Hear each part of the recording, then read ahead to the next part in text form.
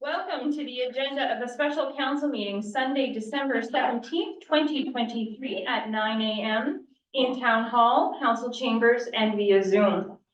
We acknowledge that the town of Kirkland Lake is located on the traditional territory of Algonquin peoples, including the Beaver House First Nation and unceded territory of other Indigenous peoples.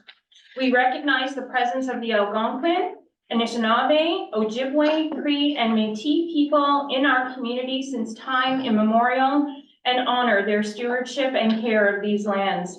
We hereby affirm our continued commitment to and our responsibility to reconciliation. Call to order in a moment of silence.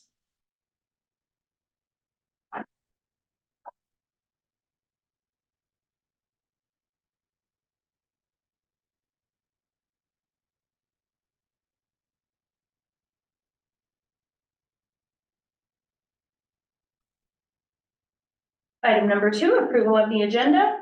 Moved by Councillor Janice Ranger, seconded by Councillor Casey Owens. Be it resolved that the agenda for the special council meeting held on Sunday, December 17th, 2023 be approved as circulated. And finally, that section 32 of the town of Kirkland Lakes procedural bylaw, number 15075 as amended, be suspended to permit open dialogue regarding the strategic plan. All in favor? Opposed? None noted. Item carried unanimous. Item number 3, declaration of pecuniary interest. None noted. Item number 4.1, strategic plan workshop. Steve Vici? Yes? Thank you, sir. Project manager, Capital Park Consulting, and Tim Moore, president, Capital Park Consulting. Thank you, gentlemen, for joining us today. Thank you. Pleasure to be here. You may proceed. Okay, excellent. I think I'm up first. We have a PowerPoint. Let's see, is that'll appear? Oh, terrific. Okay, there it is. So, Steve and I guess I'll stand just for fun. So Steve and I drove in, yesterday afternoon, delighted to be here. And we're gonna have you for the day. So our hope, and you'll find out that the way we like to work, although Steve and I both love to talk, we recognize that we start to get a little boring, pretty quickly. So we're gonna have all of you participating and doing stuff over the course of the day. We'll just maybe go to the next slide that shows you've got the pages of agenda. I think it's in the binder as well. And I guess what I'll just sort of point out that we do have some breakout groups, so that's a really important activity. It's a pretty full day. If we go to the second slide, Jen, you can see that we're hoping to adjourn by 4 p.m. We'll see how we get on. Some of the activities will go a little faster, and some of them sometimes take a little longer. So we're gonna kind of see. Go to the next slide, which I think will be I sometimes call these the classroom rules. So all participants in this workshop have equal standing. All ideas are valid, even if we disagree with them. We're just kind of generally speaking, we're aiming for equal airtime among participants. So if you're chatty, maybe just try and scale it back a wee bit. And if you're quiet and shy, then try and force yourself to kind of balance with some comments. Get everyone to turn. I'm going to do it myself. Turn off the ringer on your phone. Put it away. There will be breaks over the course of the day, and if anyone has emergency stuff they have to attend to, then obviously you're exempt. And I guess another point, Steve and I find that we're usually able to achieve consensus when we have these workshops on the various things we discuss, but not always. So there may be instances where we decide to agree to disagree on something and put it in the parking lot and maybe come back to it. So I'll just kind of raise that as a flag. Excellent. Okay, so this is a bit of an eye roll. This is where we start getting you doing stuff. We're gonna introduce ourselves around the table. So 3 bullets, 3 things I want you to tell everyone, or it's mostly telling Steve and me because you know each other already. Tell us your name, position, how long you've been involved with the municipality of Kirkland Lake, your greatest hope and worst fear related to developing the new corporate strategic plan. And here's the eye roll bit, an adjective describing how you feel about today's session using the first initial from either your first or last name. So I'll start, I'll get Steve to go. We've both done this a few times, so we've already thought of adjectives. Right, so I'm Tim Moore, I'm the president of Capital Park Consulting. Been involved with Kirkland Lake, well, I don't know, when did you hire us? Back in October or thereabouts since then. I've been the president of Capital Park since I founded it 10 years ago, and I had a consulting business for 13 years before that. My greatest hope is that we have some fun and have a productive session. And my worst fear is that we don't. And then adjective, so I'm T or H. I could be feeling terrific, or I could be feeling hopeful. Yes, so that's the sort of thing we're looking for. Well, get Steve to go. I'm Steve Lichty. I'm the project manager for this project. My involvement with Kirkland Lake, actually, the late 1980s and the early 1990s, I had the opportunity to visit Kirkland Lake several times. I was doing some project work, some consulting work with Northern College. So they were trying to take a look at how they wanted their campuses to evolve, including the former Northern Institute of Technology. My greatest hope is we're going to come up with a consensus on some really clear ideas of what you need to do over the next 3 years. My worst fear is at the end of the day, you're going to go home and say, well, the lunch was the best part of the day. An adjective, if I can ask or an L, I'm going to take S. I'm stoked. We're going to have a really good day today. Okay, so let's keep going around the table. Sir, you're on the hot seat first. Casey Owens, I've been with the town now for 5 years. If you consider I've been a taxpayer for 20, so that is a contribution to her doing great. Greatest hope is that we have an awesome plan. Worst fear is getting council to stick to the plan and not go off topic. Adjectives, you picked me first, so nothing. I'll cautiously optimistic. Yeah, cautiously optimistic. Oh, yeah. Let's go with that. Thank you. Hey, that's the hard one to beat then. That's the first one. Yeah. Yeah, good morning. Nice to have you guys here. My name is Lad Shaba, and I have lived in Kirkland Lake for almost 42 years, and I've been a taxpayer for at least 30 of those years. So I have a business in town, consulting engineering business in town for 20 years. So I've been still in the same neighborhood for a long time. So I know the town very well. So I don't want to get off topic, but just allow me to say this. I was in town, like some of you guys here, when everything tanked in town, Adams Mine shuts down. So my baseline, looking at today's Kirkland Lake, I referenced that baseline, where you can actually buy a house with a credit card. So again, that's my baseline. So I'm very hopeful that this will be a productive exercise to move the town very forward, because we need something that not only that the taxpayers can actually see, they can feel it, and they can talk about it.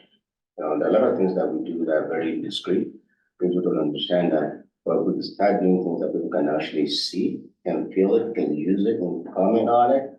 And I think we are on our way to achieve a very productive meeting time. As for the adjective, I really don't have much of that. Honestly, I like to see steadiness. If that is an adjective, I'm an engineer, I'm not a linguist. Which would be my last name S for Shabbos, the steadiness. And then, of course, the H, I hope for the future. Thank you. I'll be real quick. So my name is Janice Ranger. I'm born and raised in Kirkland Lake, went away to school and eventually came back. I'm a first year counselor. This is my first time on council. My greatest hope is that we have a realistic and feasible strategic plan. And my worst fear is that it ends up collecting dust on a shelf. And the adjectives to describe how I feel about today, it's J and R for me, so I'm just gonna be real happy and say I'm joyous to be here today. Excellent. So I'm gonna go behind you to Stephanie. You're not exempt. I'm not exempt. So my name is Stephanie Dow. My position is the Strategic Initiatives and Workplace Performance Coordinator. I'm born and raised in Kirkland Lake, and this is essentially, I've been with the town in this position for not quite a year, but I covered mat leave previously, so going on over 2 years. My greatest hope is that everyone can come to a consensus with the majority important topics, and fear is straying off topic too much and it running past 4 o'clock. And I am delighted to be here. Excellent. Hello, I'm Jen Moshbury. I'm the municipal clerk. I've been with the town for a few months shy of 2 years. Before that, I played a lot of hockey in Kirkland Lake in my youth. My greatest hope for the council is that they achieve their strategic plan to the best ability for the community. My worst fear is the same as Madam Ranger, is that it will just collect dust on a shelf. And the adjective describing how I feel about today's session, J for joyful, and M for multifaceted. Nice. Good morning. My name is Stacy White. I am currently the mayor of Kirkland Lake. I did sit on council for 1 term previous. However, I have sat on committees of council for about a dozen years prior, and I sat in the audience for 4 years before even running. My greatest hope is that as a council, we understand what we are achieving today is our forward-looking plan. So moving forward, everything that we bring to the table and all decisions made will be based on the strategic plan. My worst fear is that we will continue to go off on 100 different directions. Worst case scenario, not paddling the boat in the same direction, and even worse, drilling holes in that boat. As far as adjectives, SW, sincerely wishful. Very good. I'm Alan Smith, the CAO of Kirkland Lake. I've been with the corporation now for 22 months. And my greatest hope is that this process will provide council a strategic focus, prioritize, and also have a realistic view of what we have to accomplish over the next few years. Adjective, say I'm hoping that this experience will be amazing and will provide stability for council in the next few years. Hi, I'm Pat Kiley. I've been on council 9 years. It's my 2nd term as councillor and 1 term as mayor. I'm hoping that we come up with a plan that's makes us a vibrant community with strong economic development and the ability to increase our tax base at a reasonable level. I don't have any concerns about the strategic plan. I think anything we put forward is going to be accepted in a positive nature, and looking forward to it. Excellent.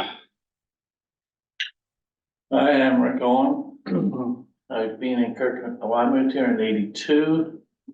I've been involved in towards the daycare, my church,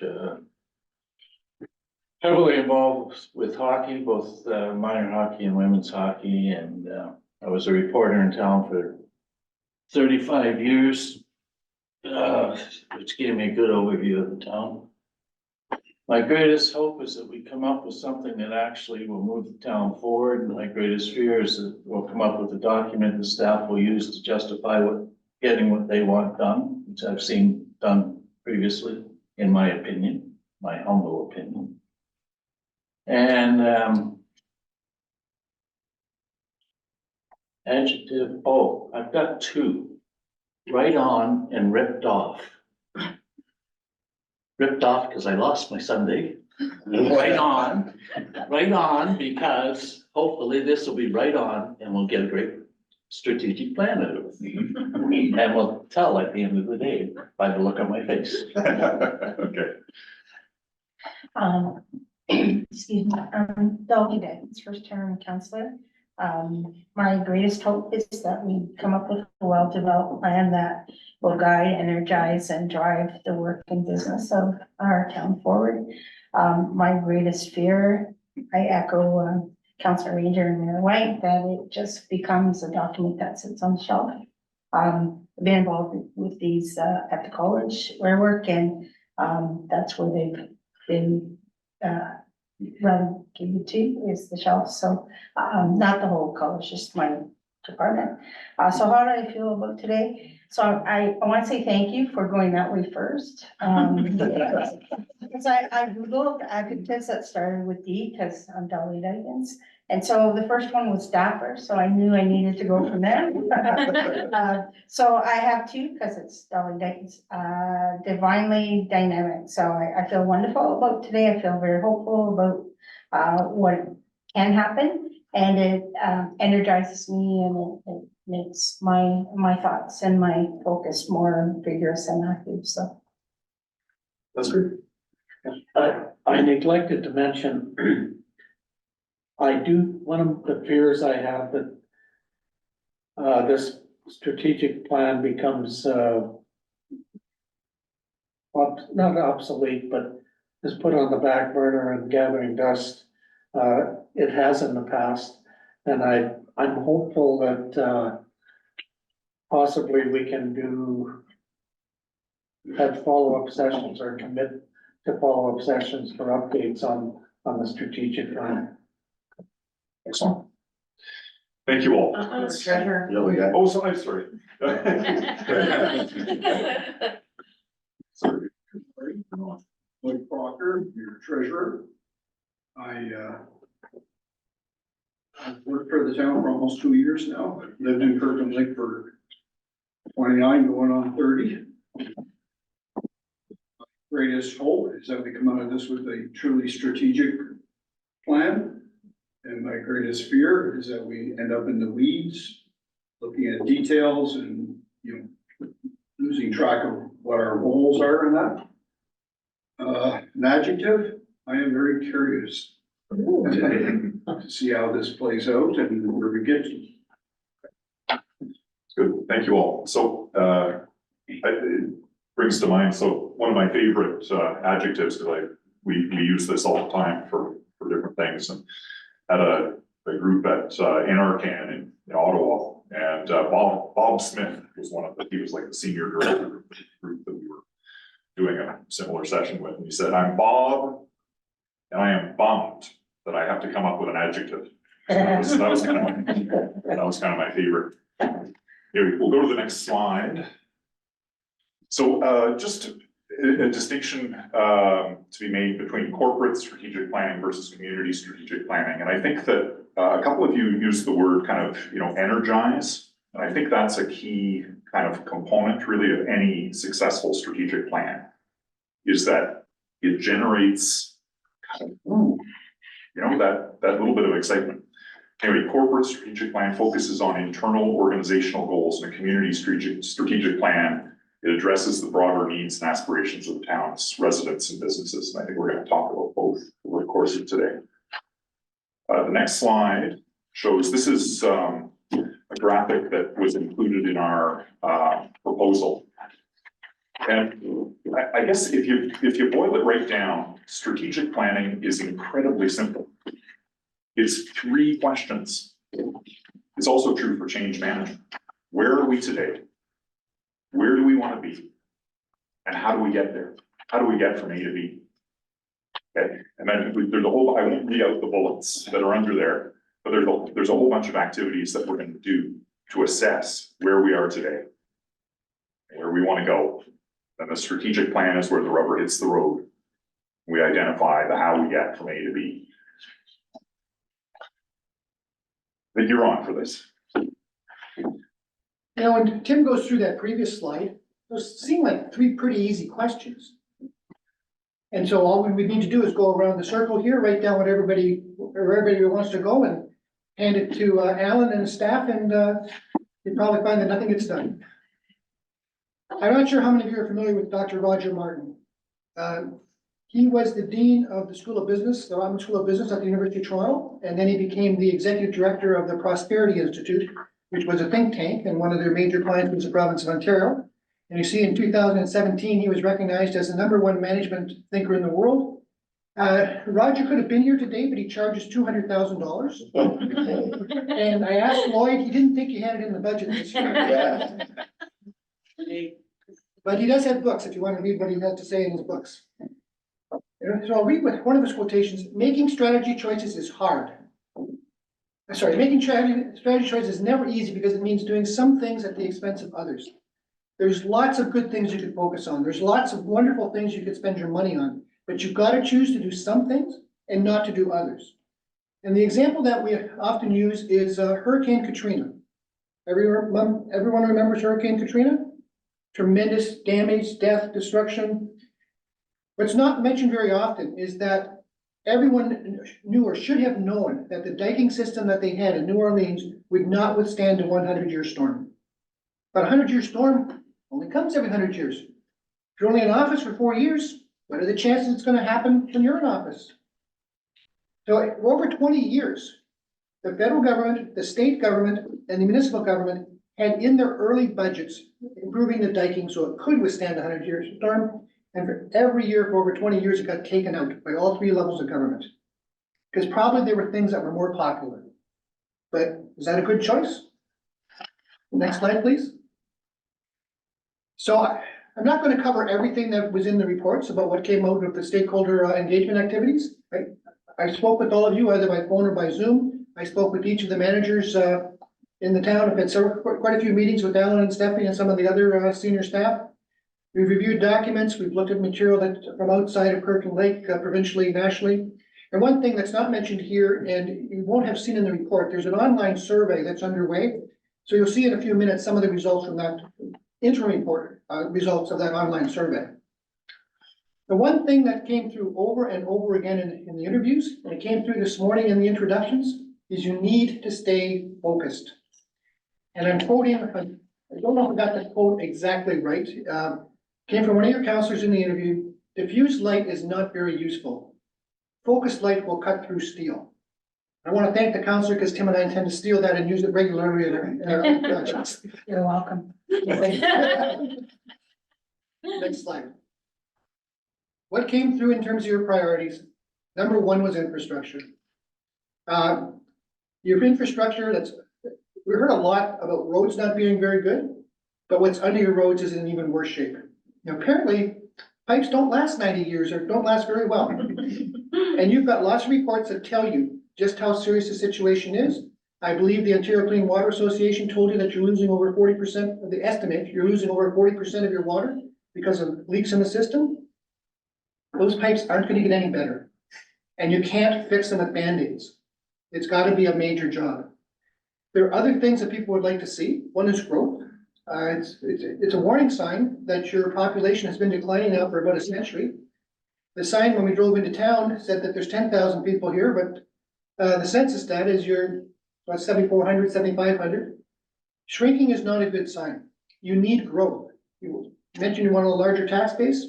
That will happen with growth, but you can't get growth unless you have infrastructure.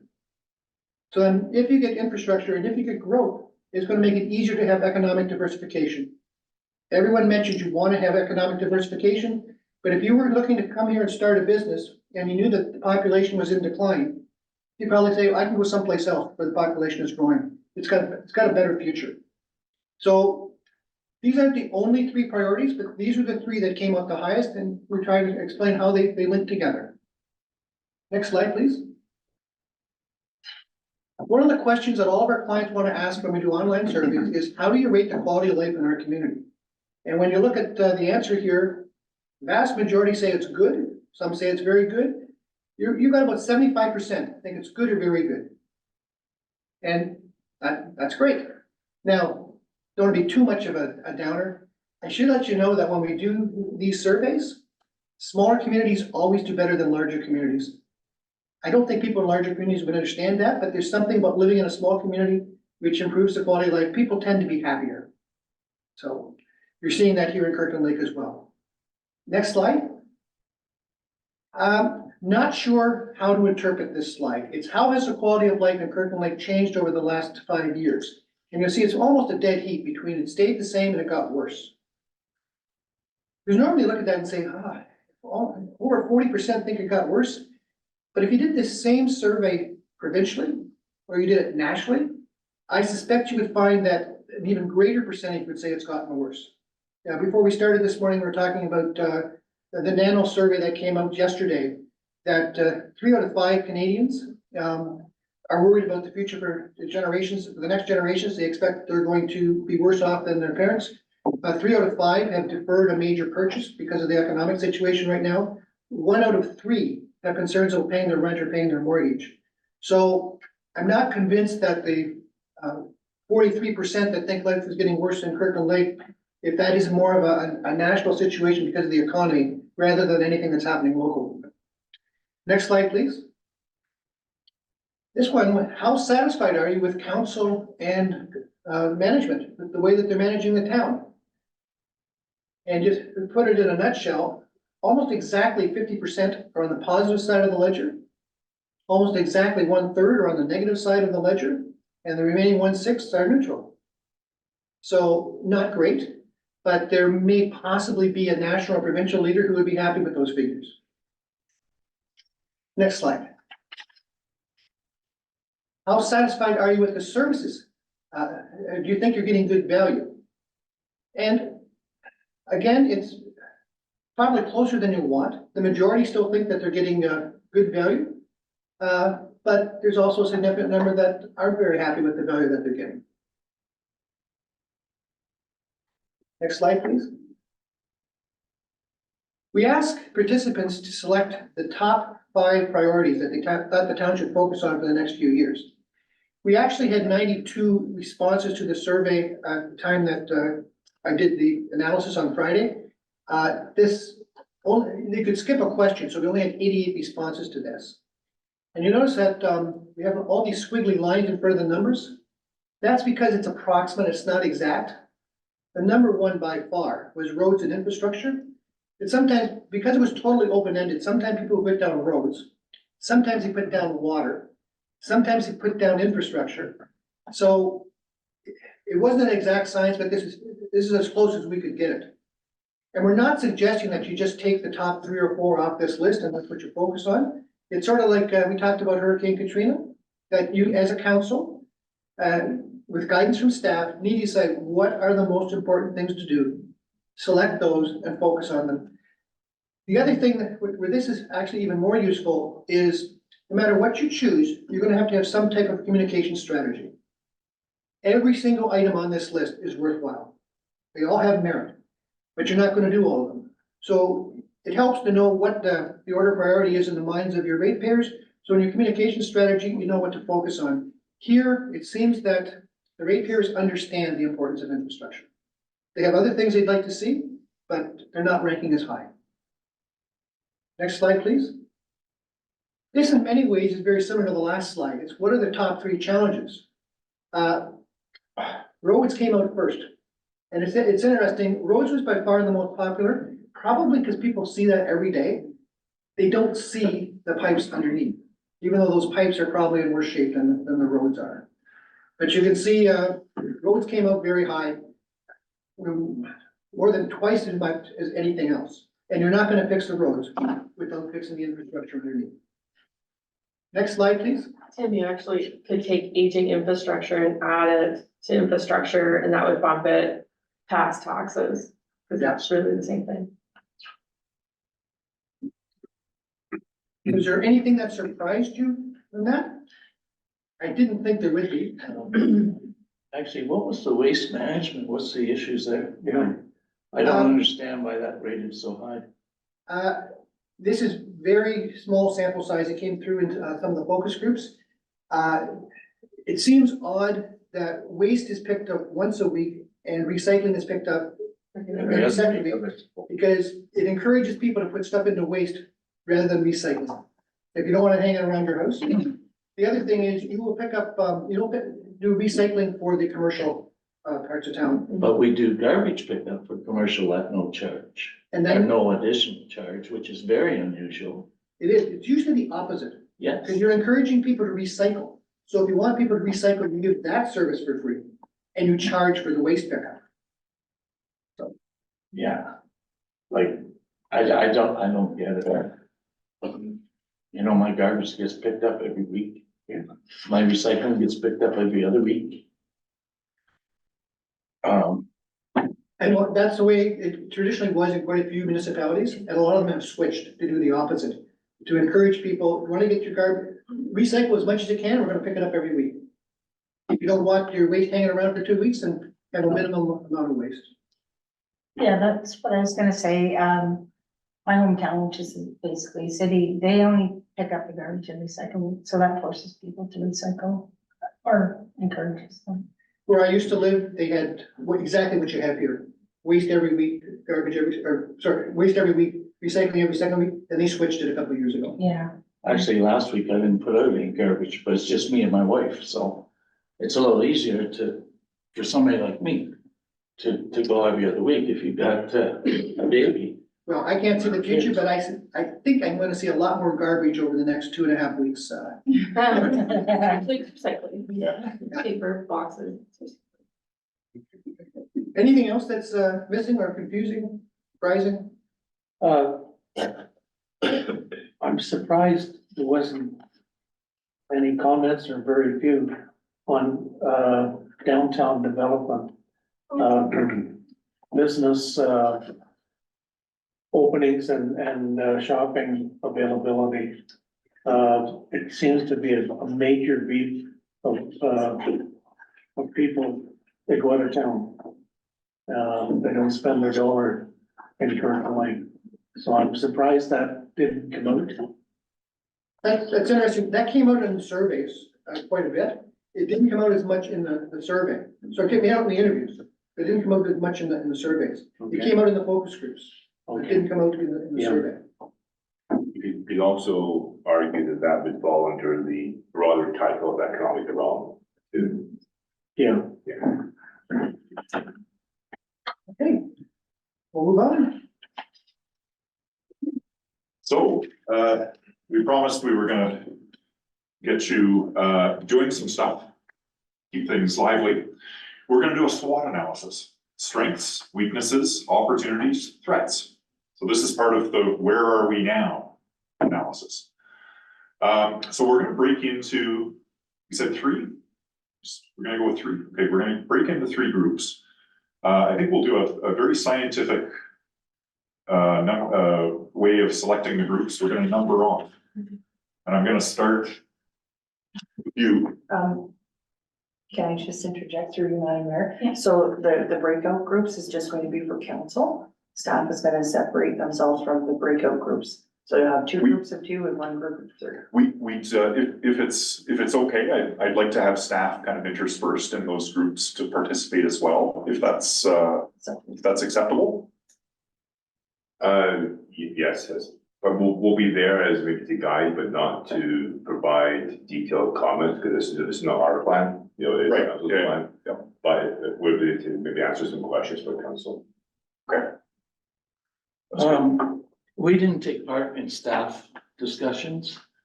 So I personally, I don't think it's appropriate that staff takes part in council discussions. Okay, That's just me.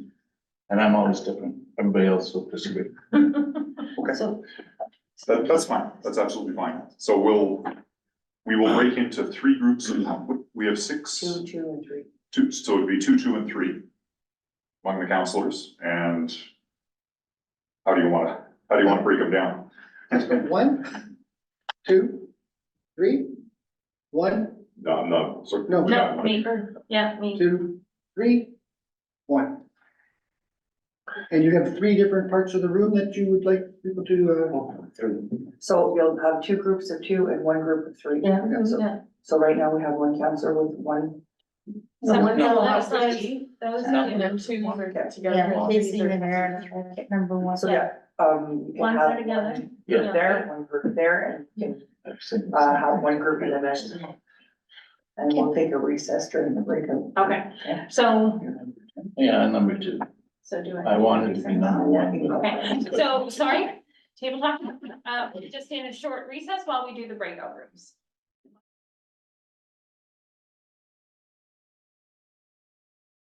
Has ended and we are back in session. Thank you so much, everybody, for rejoining us. You may proceed, sir. Thank you, I will go back to proceeding. So what we'll do is that we have 1 easel, and I believe that group 3 was using the easel. Yeah. So that means that you get to present first. Group 3. So we're using that by design, we got that by design. Okay.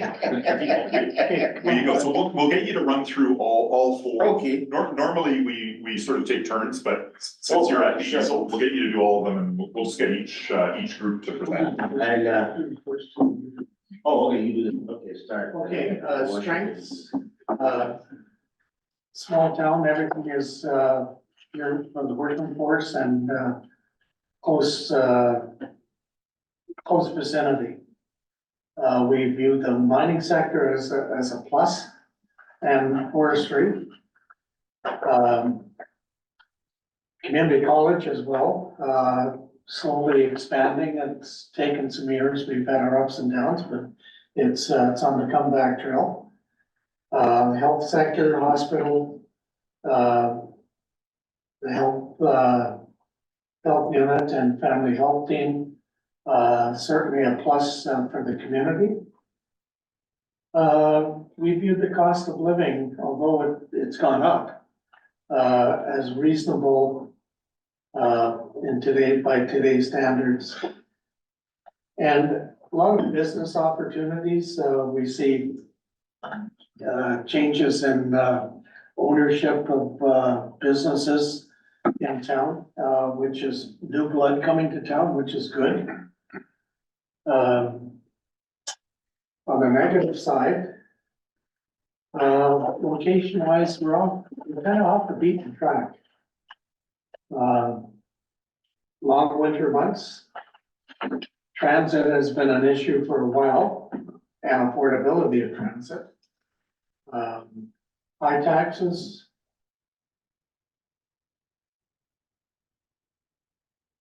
We don't have the diversification of industries that we need, secondary industry, for backup, other than the mines.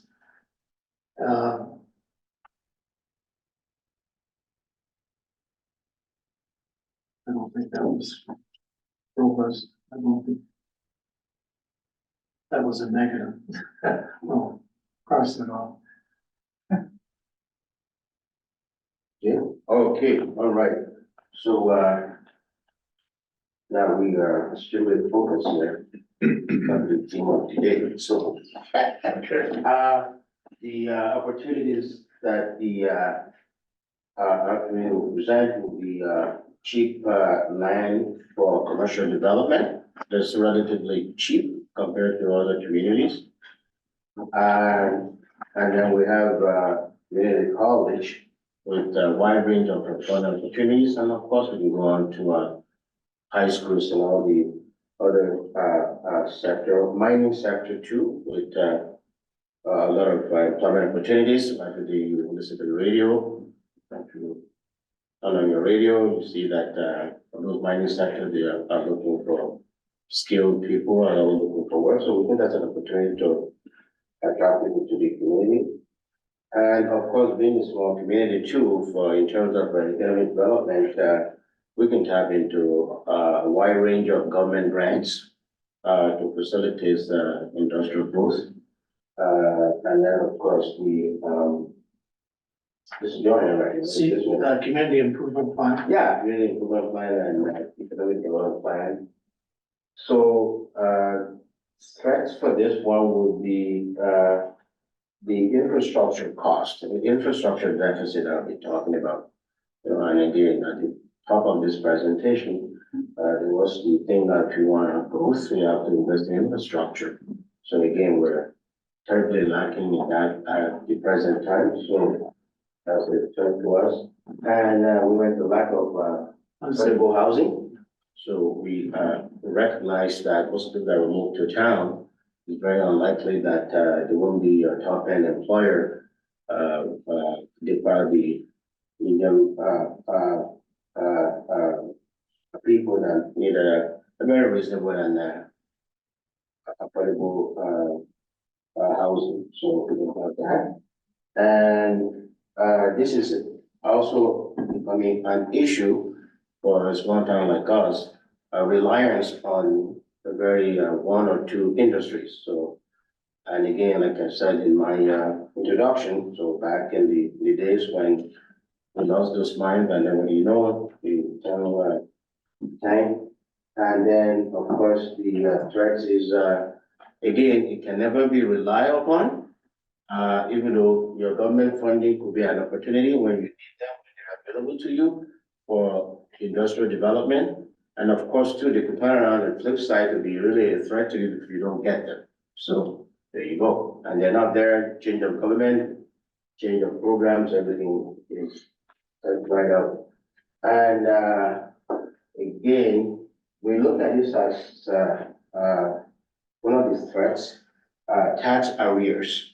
You know, again, we've got a lot of people, a lot of taxes that are not being paid or being collected, and you know, if that accumulates over time, so you got this money that you cannot really use, you cannot do anything with it, and then within a shrinking budget, that presents you a very severe budgetary pressure.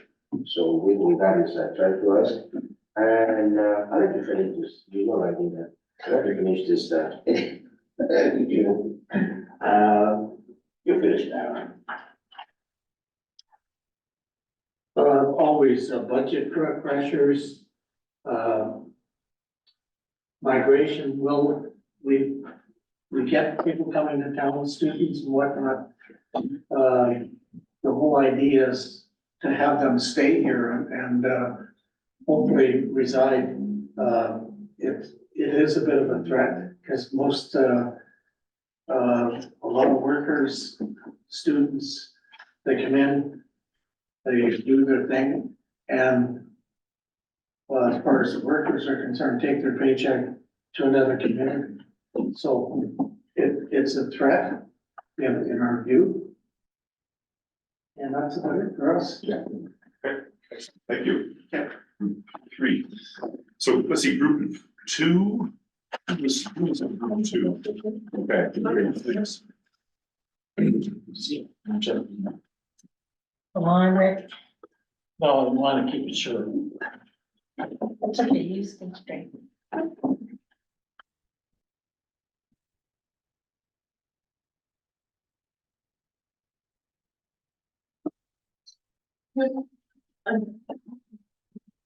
Okay, strengths, community organizations and volunteer groups.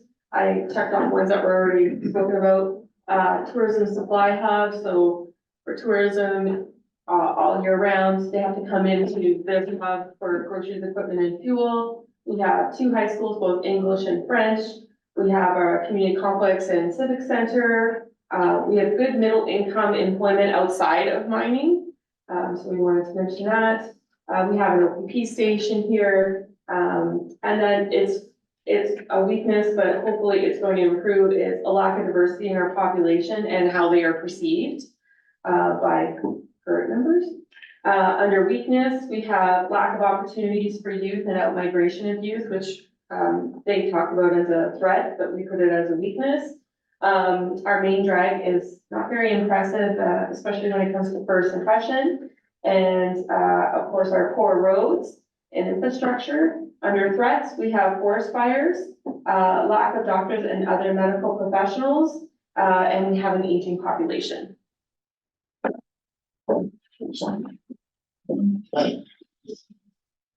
That brings us to group one. Short and sweet. Of course.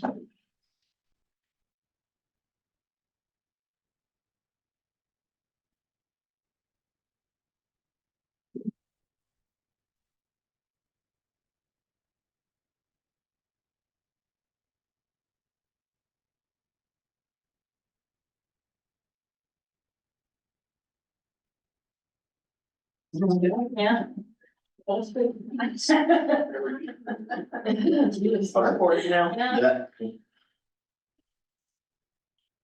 Jeez.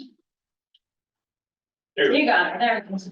Okay. Just using an easel. So for our strength, we have our people as a resource, both our community members and our staff. The level of nostalgia, I'm gonna say, even though other people will speak, it's a strength and also a weakness. Our quality of life and pace of life, cultural offerings has been mentioned, and our fresh eyes, including new staff members. Does anybody wanna take the second for weakness or? So we've got nostalgia, people hanging on to how we always used to do stuff this way and we should do it that way again. So I know sometimes you have to move forward. Locations, so we're far off Highway 11. So we're kind of like, if you want to see Kirkland, you really have to go off the main highway to come here. Not sure what that means. Oh, negative voices are all kind of. Oh, yeah. Oh, yeah. It really comes, yeah, if you are not happy with something, usually you will scream the loudest. Infrastructure and then communication. Communication is not always our strong or forte. Lack of diversity in that, so that's been mentioned already, so we're still mind focused and lack of accommodation. Water issues. So there, it comes back here as well as a threat, so there's something coming up that's a serious threat to the community when it comes to our water distribution system. Okay. Opportunities, immigration, we were seeing, some of that, already through the college and through, multicultural group, it's focused for us. I'm not sure what the word movement is. People moving. Okay, there you go. Diversification, that's already been mentioned, I think, with respect to businesses and economics. Communication strategy, we mentioned that. So seems to be a lot of things going on, but you really have to dig to see where they are. And so, if we had a more developed communication strategy that there might be one spot where people go to get information or whatever the strategy is. Opportunities, the new economic and development corporation, that's just, getting its feet, on the ground. The municipal accommodation tax that will bring some income into town, but also supports the new corporation. Funding possibilities from, the provincial and federal governments, we have unique opportunities right now, and, the environment, our outdoor, amenities, the recreational, opportunities we have here. Things can be even more further developed. Thank you. For threats, of course, we have decrease in population, siloed groups and activities. We don't really have a cohesive plan. Reliance on the mine has been mentioned. Increase in cost of living and housing in the area. Lack of new housing stock is a real issue. And of course, our number one threat is the water issues and retention, both within our corporation as a town, and we've heard it from the mine, and we've heard it from the health teams, and yeah, so that is definitely something that we're having issues with in our small community. Thank you. Okay, that's great. Thanks. Move on to the next slide, if you would. So we're gonna talk, Steve and I have done a fair bit of strategic planning, both with municipalities and other non-profit organizations, national associations and the like. And it's helpful to kind of think about the strategic planning process and what are the keys to developing a successful strategic plan. It's something you can Google and you'll find a bajillion different, opinions. This is one of the better, summary lists from Richard Mittenthal out of New York as to what you need to have or to develop a successful strategic plan, to have a successful process. Clear grasp of external factors. Assessment of organizational strengths and limitations, well, we've just been doing that. Inclusive approach leading to broad agreement. Empowered committee, well, the council you are the decision-making body, so we've got by definition, we have an empowered committee. Senior leadership involvement. So Alan and some of the senior managers are involved today. That's a best practice. Sharing of responsibility by the board, or in this case, council and staff. Very, very important. Learning from best practices. The next exercise we're going to do is looking at some example strategic plans from other municipalities. That is, and we're going to talk to you about what we've seen are best practices in developing strategic plans for a municipality. Clear priorities and an implementation plan, very much part of what we're doing over the course of today, and we'll be working with staff tomorrow on this. Patience, commitment, openness to change. So we mentioned Roger Martin a few times. I think Steve actually went to school with him. The first time I came across Dr. Martin was reading an article that really caught my attention in the Harvard Business Review. It was called The Big Lie of Strategic Planning. Like, oh, what's he talking about? And basically, the central point he makes in that article is that strategy and planning are actually diametrically opposed. Planning is a comfortable activity that tends to be done on an annual basis and involve budgets. Strategy is totally different. Blow everything up and think about what are the big goals. So we're gonna talk more about that. Steve's gonna talk about that on the next slide. We'll just go to the next one. Yeah, when I first read what Dr. Martin wrote about planning being easy and strategy being hard, I wasn't sure what he meant about it. I actually had to read one of his books to figure it out. I'm going to start at the bottom of the slide. Planning, it's the act of laying out projects with timelines, deliverables, budgets, and responsibilities. We did a strategic plan for a community college, not Northern. But their number one priority was to increase their enrollments. And so they decided in a planning session like this, well, we're gonna start 3 new diploma programs, and we're gonna start 2 new apprenticeship programs, and we want to increase the enrollments in all of these. And so in the planning, they laid out timelines as to when things are gonna happen. They said who's gonna be responsible for developing the curriculum and hiring the staff and finding the resources. They had budgets, they had everything in place. They planned it all out. And everything went pretty much according to plan, except for one tiny flaw. They didn't get any students in the 3 diploma programs, and they didn't get any apprentices in the 2 apprenticeship programs. Because as they were selecting the programs they're gonna have, someone said, if we start this program, we will be the only college in Canada that has it. Turns out there's a reason none of the other colleges have it.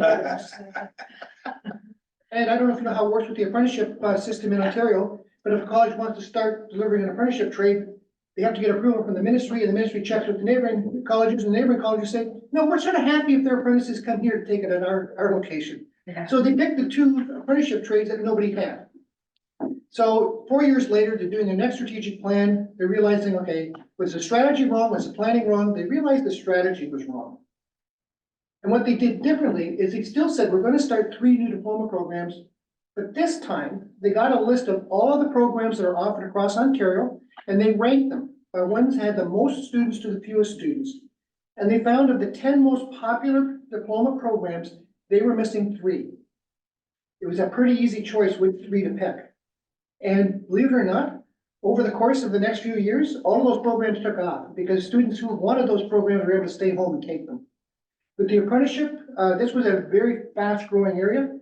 They just checked with the apprenticeship office and said, the most apprentices in your catchment area are electricians. Now they had a big fight with the neighboring colleges, and the ministry turned them down and said, you can't have this. So the response was, okay, we understand that.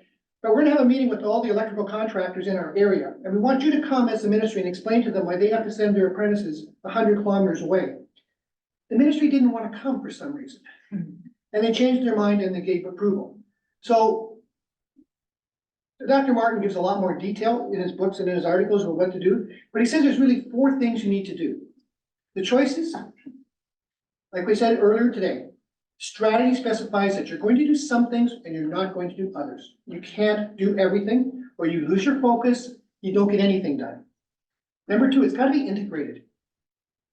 Like, for example, like I just gave the example of the colleagues that, with their apprenticeship trades, they were already offering all kinds of diploma programs in the electrical sector, in the construction sector, because we're growing so fast. It only made sense that they added apprenticeship trades in the same sector that support their local economy. Don't go into something that's not popular. The third is positions, and I don't know exactly what was meant here. What the book says is the choices explicitly specify a territory in which the organization will play and will not. Because I'm thinking, what does he mean? A geographic territory? Does he mean an economic territory? And I finally reached the conclusion, I think it's deliberately ambiguous. So it could mean both, it could mean any of them. And I'll give you an example. We have another client who is starting up an innovation center. And so they have said in their strategic plan, we want to be the innovation hub of Eastern Ontario. They could have said we want to be the innovation hub for our county or for Canada or internationally, but they specified Eastern Ontario, which then makes it easier for the staff as you're preparing the various marketing plans and that type of thing. They understand what is expected by the council. And the last one's fairly easy. The strategy that you pick should be so compelling that it's something that's going to enable you as a community to win. You want Kirkland Lake to be as successful, as prosperous, as high a quality of life as possible. So select strategic priorities that are going to do all of those things for you.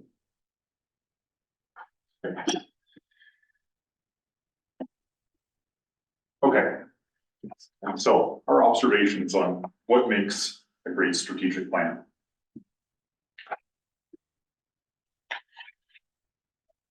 This is true for municipalities. It's also true for other organizations. A strategic plan should be aspirational. That's often captured in the vision statement, and inspirational. Generally, that's captured in the mission. Punchy and succinct is often best. Ideally, the mission and vision, either of them, will fit on a t-shirt. Simpler is better, understandable by all audiences and stakeholders. Priorities, goals are usually identified that will help fulfill the mission and make the vision a reality. Generally speaking, we see somewhere between 3 and 6 high-level goals identified for municipalities, and that is indeed a best practice. And when we look at the example strategic plans, I think you'll see that they all fall into that, into those parameters. Each strategic priority should have specific objectives identified that are actionable and measurable. Some organizations add values, things like respect, integrity, transparency. You can think of them. But we've seen quite a few of the organizations we've been working with, including municipalities, have not been bothering with values, not because they don't have values, but because they're self-evident. So, you know, why spend valuable real estate in your strategic plan having a page or 2 of values? So we'll talk about that. And then the last bullet, the rules don't always apply. A great strategic plan can be very specific to an individual organization. So, you know, keep your thinking cap on. When we look at the example strategic plans, you don't have to use those as a template. You can come up with something that works for you. Okay, let's go to the next slide. Yeah. Okay, next breakout activity. I guess maybe we'll mix up the groups. Do you think, Steve? We'll mix them up. Okay, before we break into groups, tell you what the assignment is. In your binders, you have 6 strategic plans. I think they start probably about halfway through. And they are they in alphabetical order? Yes. Or actually Cochrane and Coburg, they're not actually alphabetical. But anyway, they're almost in alphabetical order. My bad, my- That was your bad. I thought maybe it was my bad. So one of us does not know alphabetical order. So we'll break into 3 groups again. Group 1 is gonna look at the first 2. Over at Cochrane. Group 2 is gonna do Port Moody and Sault Ste. Marie. Group 3 is gonna do Sioux Lookout and Thunder Bay. What we're asking you to look at, so, thumb through them, take a look at them. And the questions are, what do you like or dislike about them? Are there any elements that you might want to consider using in the Kirkland Lake strategic plan? Is there anything missing in that that you would like to see in yours?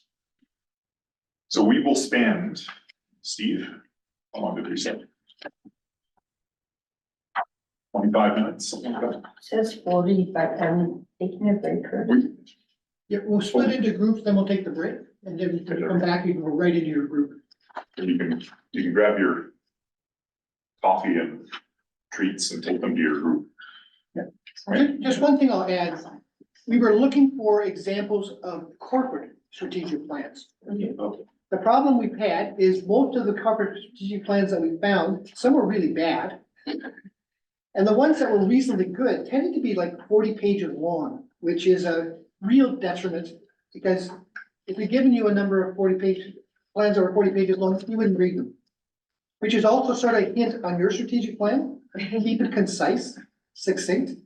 So this is a mixture of corporate strategic plans, and none of them are actually a community strategic plan, because a lot of municipalities, they don't label it corporate or community, they just have a strategic plan. So just keep that in mind. These are not necessarily the 6 best strategic plans we've ever read, but they all have interesting features. And sometimes there's a feature which we really like, and you won't like it, and vice versa. So this is going to be your plan, so pick out the features that you like, and you also see some things in there and say, we don't want to do this. So we're gonna mix the, oh, sorry? Just a small observation, Cochrane was all men and Port Moody was almost all women. And you'll see there's a huge difference between the strategic plans. Well, then I think it plays a we're part. gonna have a nice balanced one here then. Mhm. We're gonna mix up the groups a little bit. You're still number 1, Okay. you're still number 2, you're still number 3, but you're number 2 now. Okay. Madam Mayor, number 1, number 2, number 3. Sounds good. Thank you so much. We will be in recess for the next 40 minutes.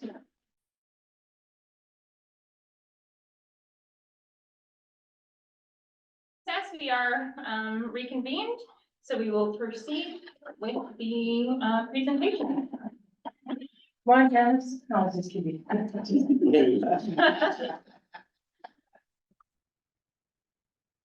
Wasn't a lot for us to take from Cochrane, except it was not too comprehensive, which we liked.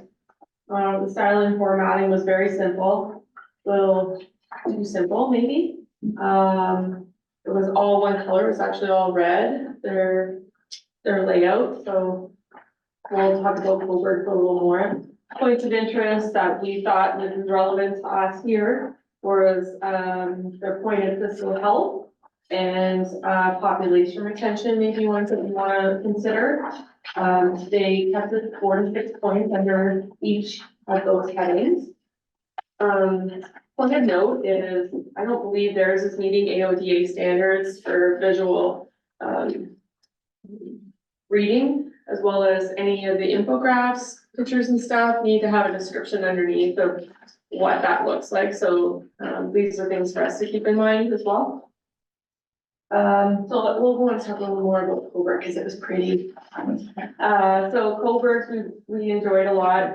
It was color coded. They only had 3 strategic priorities. Say only, but then when you looked at the priorities, they had 4 to 6 points underneath. And they kept it very visually appealing by having those categories written in blue, yellow, and green. These are all very positive compared to red as what subconsciously we will consider certain colors when we look at them. Messaging is from both the mayor and council, as well as from the CEO and senior leadership teams. They had messages as well, which Cochrane did not. Loved the whole thriving community, like verbatim. Why reinvent the wheel if we don't have to? They did mention KPIs, yay, which is something we're implementing here. I really want to see that language in our strategic plan, or we do. Specifically so that we can make reference to it a lot, as well as introducing it to the community. A lot of people in the public don't know what a KPI is, and so when they start hearing our language, this is something they can reference back to why we would be making those references. So we wanted to see if we can put into our strategic plan. Sorry, and then, because we looked at the other ones, we like the language vision to action, which will come under Fort Moody's. So these were the things that we wanted to discuss or bring to the rest of the group's attention under the two C's. Okay. Do you want to pull this down now? Just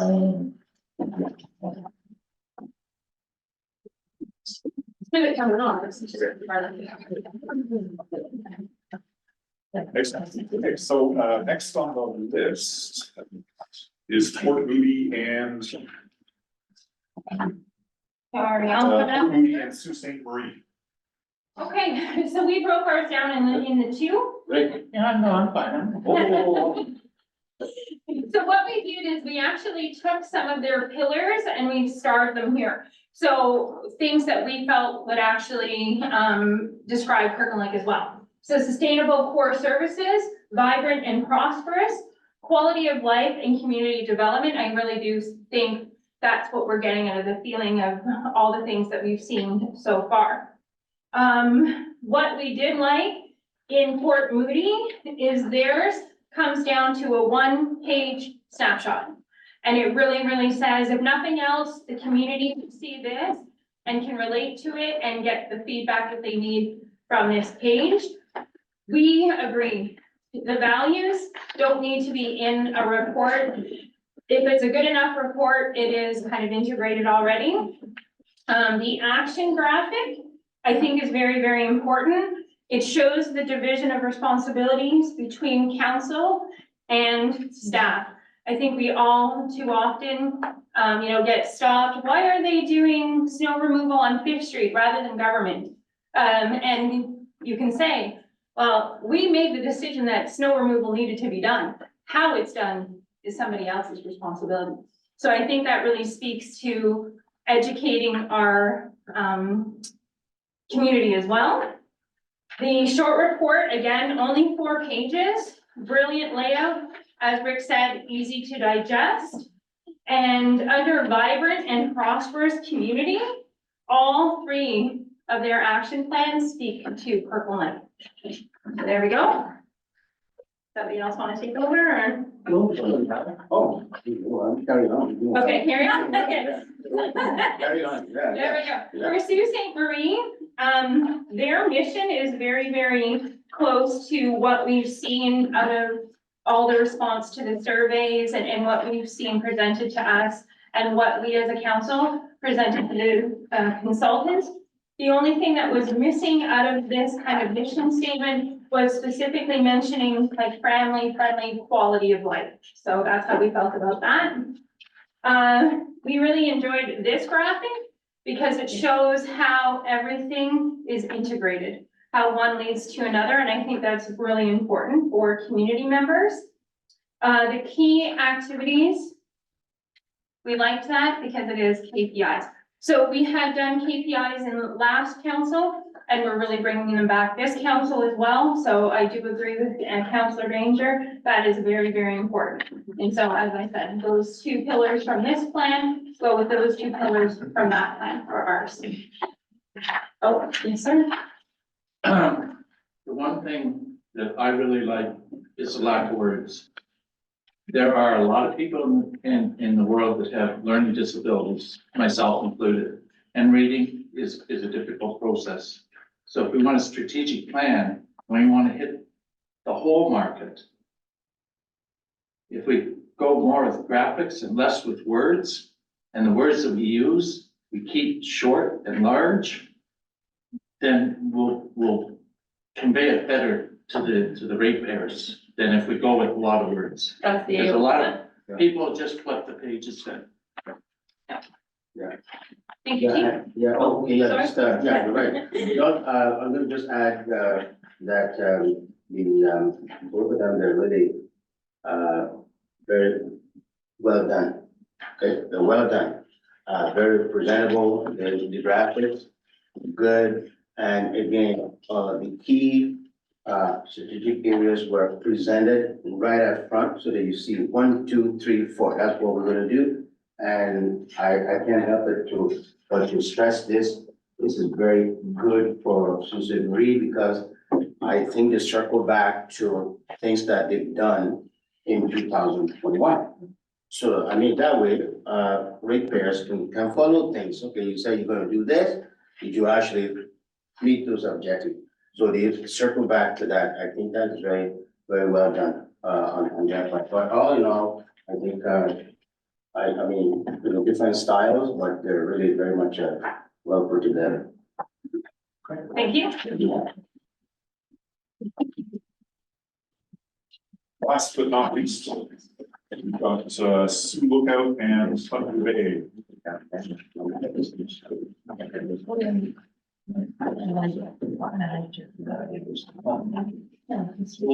Sioux Lookout. So of the two we worked on, and we both know that Sioux Lookout has the, it's easier to read. Easier to get the information that you're looking for in a strategic plan. And it's the one that probably fits the most with Kirkland Lake, like it's their mission, their statement is hub of the north, so it kind of associates to what Kirkland Lake identifies itself as. The vision and mission are both focused on diversity, which Kirkland Lake is built on. The diversity is changing nowadays, but when Kirkland Lake first got established, it was a diverse community, still is. And it focuses on that. For content, Sioux Lookout 5 priorities, easily identifiable in the introduction, and then they go into further details for each one of them, how to achieve each of these priorities. Whereas Thunder Bay, it's very, there's a lot more text and a lot more project focus. So they're, based off the priorities would be in lead, so how are we gonna do it by, going down into these different, specific projects where this one doesn't do that. It's not specific to a project, it's more broad.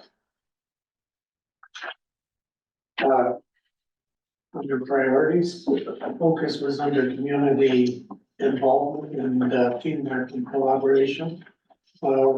Getting the community involved is especially important. Innovation and development, they want to minimize the red tape where possible and alter the wellness of the community and understanding as to what is going on in the community.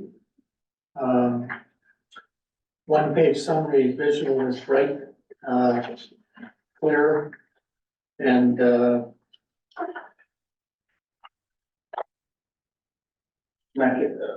Mechanism in place. mechanism in place to cover. So for the plan is easy to follow. We're not Shelf, okay, yeah. So this, on the shelf. we really have to work on home fair with our. So the mechanism here, what's great about this one is that one page summary, and there's a line in here that makes sure that the plan cannot be shelved. So every year, there's something you have to relate back to your plan to make sure that it's implemented and not just forgotten about it, which is something we identified here at the start of the session. Yeah, there's an annual review. Yeah, the plan to go to the side.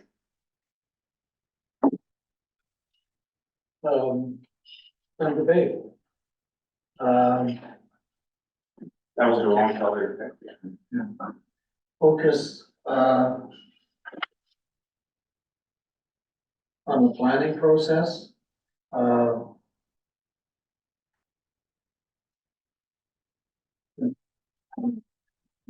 Yeah, I can't read it. Yeah, so Thunder Bay has an inclusion image issue. So this plan identifies how to try and include different groups of the community into their plan.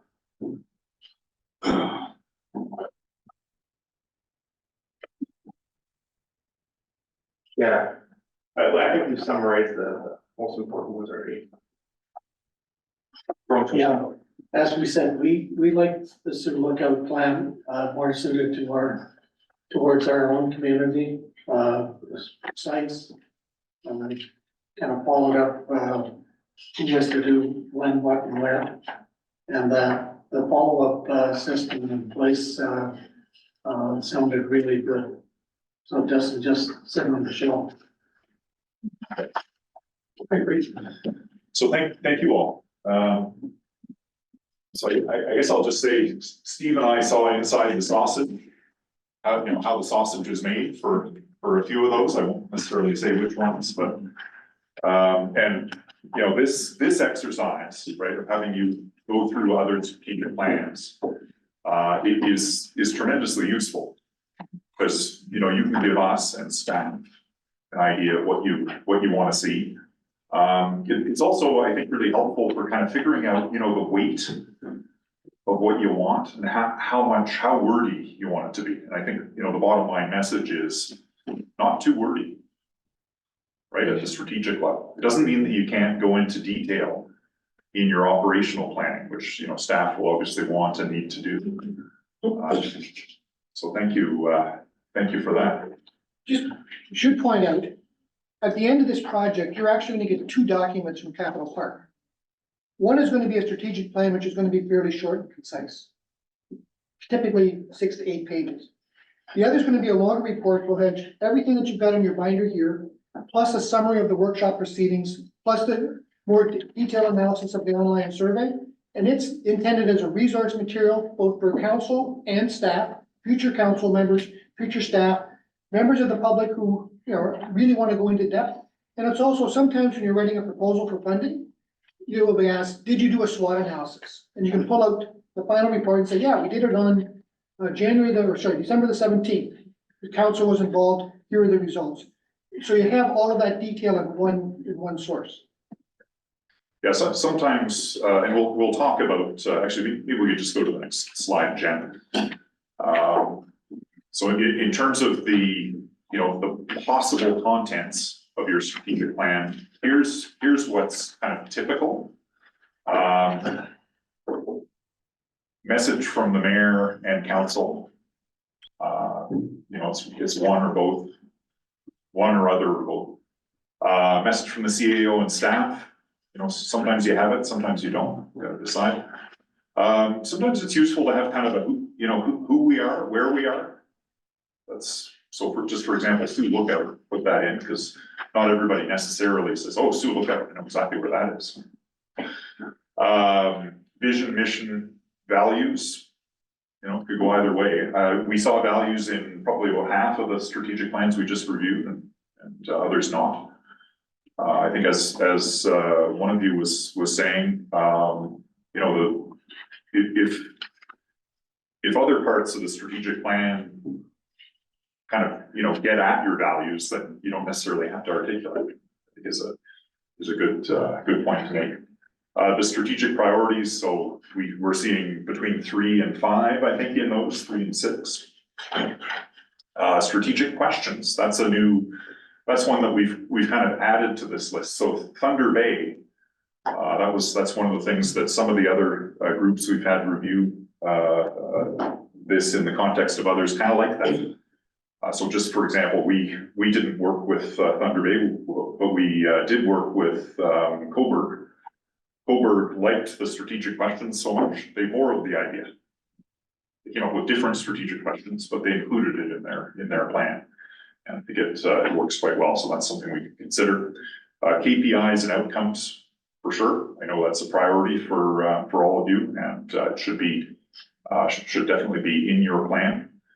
And then other sections specific to the organization. So that's basically what we're seeing. And if we go to the next slide. Oh, sorry, yeah. Just for clarification, in this process, are we going to revisit the mission statement and vision, or is that set? We do have, yeah, we are looking at that. We are spending a little bit of time on that, I think, right after lunch. Okay, Yeah. Yes. In values, a lot of our values are set out in our town policy, Okay. like, Sure. equal hiring, whatever the proper term is, Right. and accessibility and all that. That's all set out in policy, so I don't think it needs to be restated. Because either by labor law or policy, all that stuff is covered, right? Yeah, and I mean, you know, the way of looking at it is that your strategic plan, especially if you're trying to economize on words and pages, it is prime real estate. You want to get the right stuff in there. Also, maybe just touch upon this plan, but the corporate nature of this plan. You mentioned earlier on, there is the community strategic plan and there is a corporate strategic plan, which sometimes there is a, it's hard to distinguish sometimes, but this is, if you can speak to the corporate nature of the, also looking at the internal of the corporation as part of the plan, as well as the plan. Yeah, and you know, it's the notion that you're running a business, really, you know, So, at the end of the day. I guess it was the council not to forget about that aspect, the internal nature of the workings of the corporation. You know, to back, so. Okay, thank you. Anyone else? Okay, so let's go on to the next slide. I think we're, okay, yeah, so components to avoid. And I think I said this to, Alan and I were chatting while you were in your breakout groups. One of the worst strategic plans I've ever seen is actually for the city of Ottawa, where I come from. It's their last, it's not their current one. Their current one's pretty bad, but it's not as bad as the one before. Which was, all you need to know about it is that it was 89 pages long. How strategic is an 89-page document? Yeah. Yeah, way too long. So components to avoid, confusing and unnecessary infographics. I don't think we had any in these particular examples, but There's- sometimes, Images of bee with a flower, like how relevant is Yeah, that to a strategic things that are plan? sort of, why is that there? Yeah. Right, so it applies to, you know, graphics of all kinds. Information about the process that led to developing the strategic plan. So sometimes, like, a SWOT analysis does not go in the strategic plan, gosh darn it. And yet often that type of stuff is put in. So the supporting document Steve talked about, our final report. Good golly, it's probably gonna be, what, 80, 100 pages typically. If you're city of Ottawa, you'd make that part. So, yeah, so don't include SWOT analyses, findings from stakeholder consultations, although I mean, not to say it's not important. That input is very important to the decisions you're making. Tasks that can be crossed off the list as having been done very quickly. You've got to keep it at a high level where, you know, you're looking out 15, 20, 25 years, even though it's for this term of council. Organizational charts really don't belong in a strategic plan. And then just the stuff that's operational in nature. Not to say it isn't important, but it doesn't go in the strategic plan. Okay, next slide. So we're gonna talk about mission and vision. Do you take over before this slide or after this slide? Usually now, but that's okay. There you go. Just a couple of comments on what we just covered. We didn't have any examples of this in our 6 strategic plans, but Councillor Ranger, you talked about the use of color. We've been told before, don't use yellow.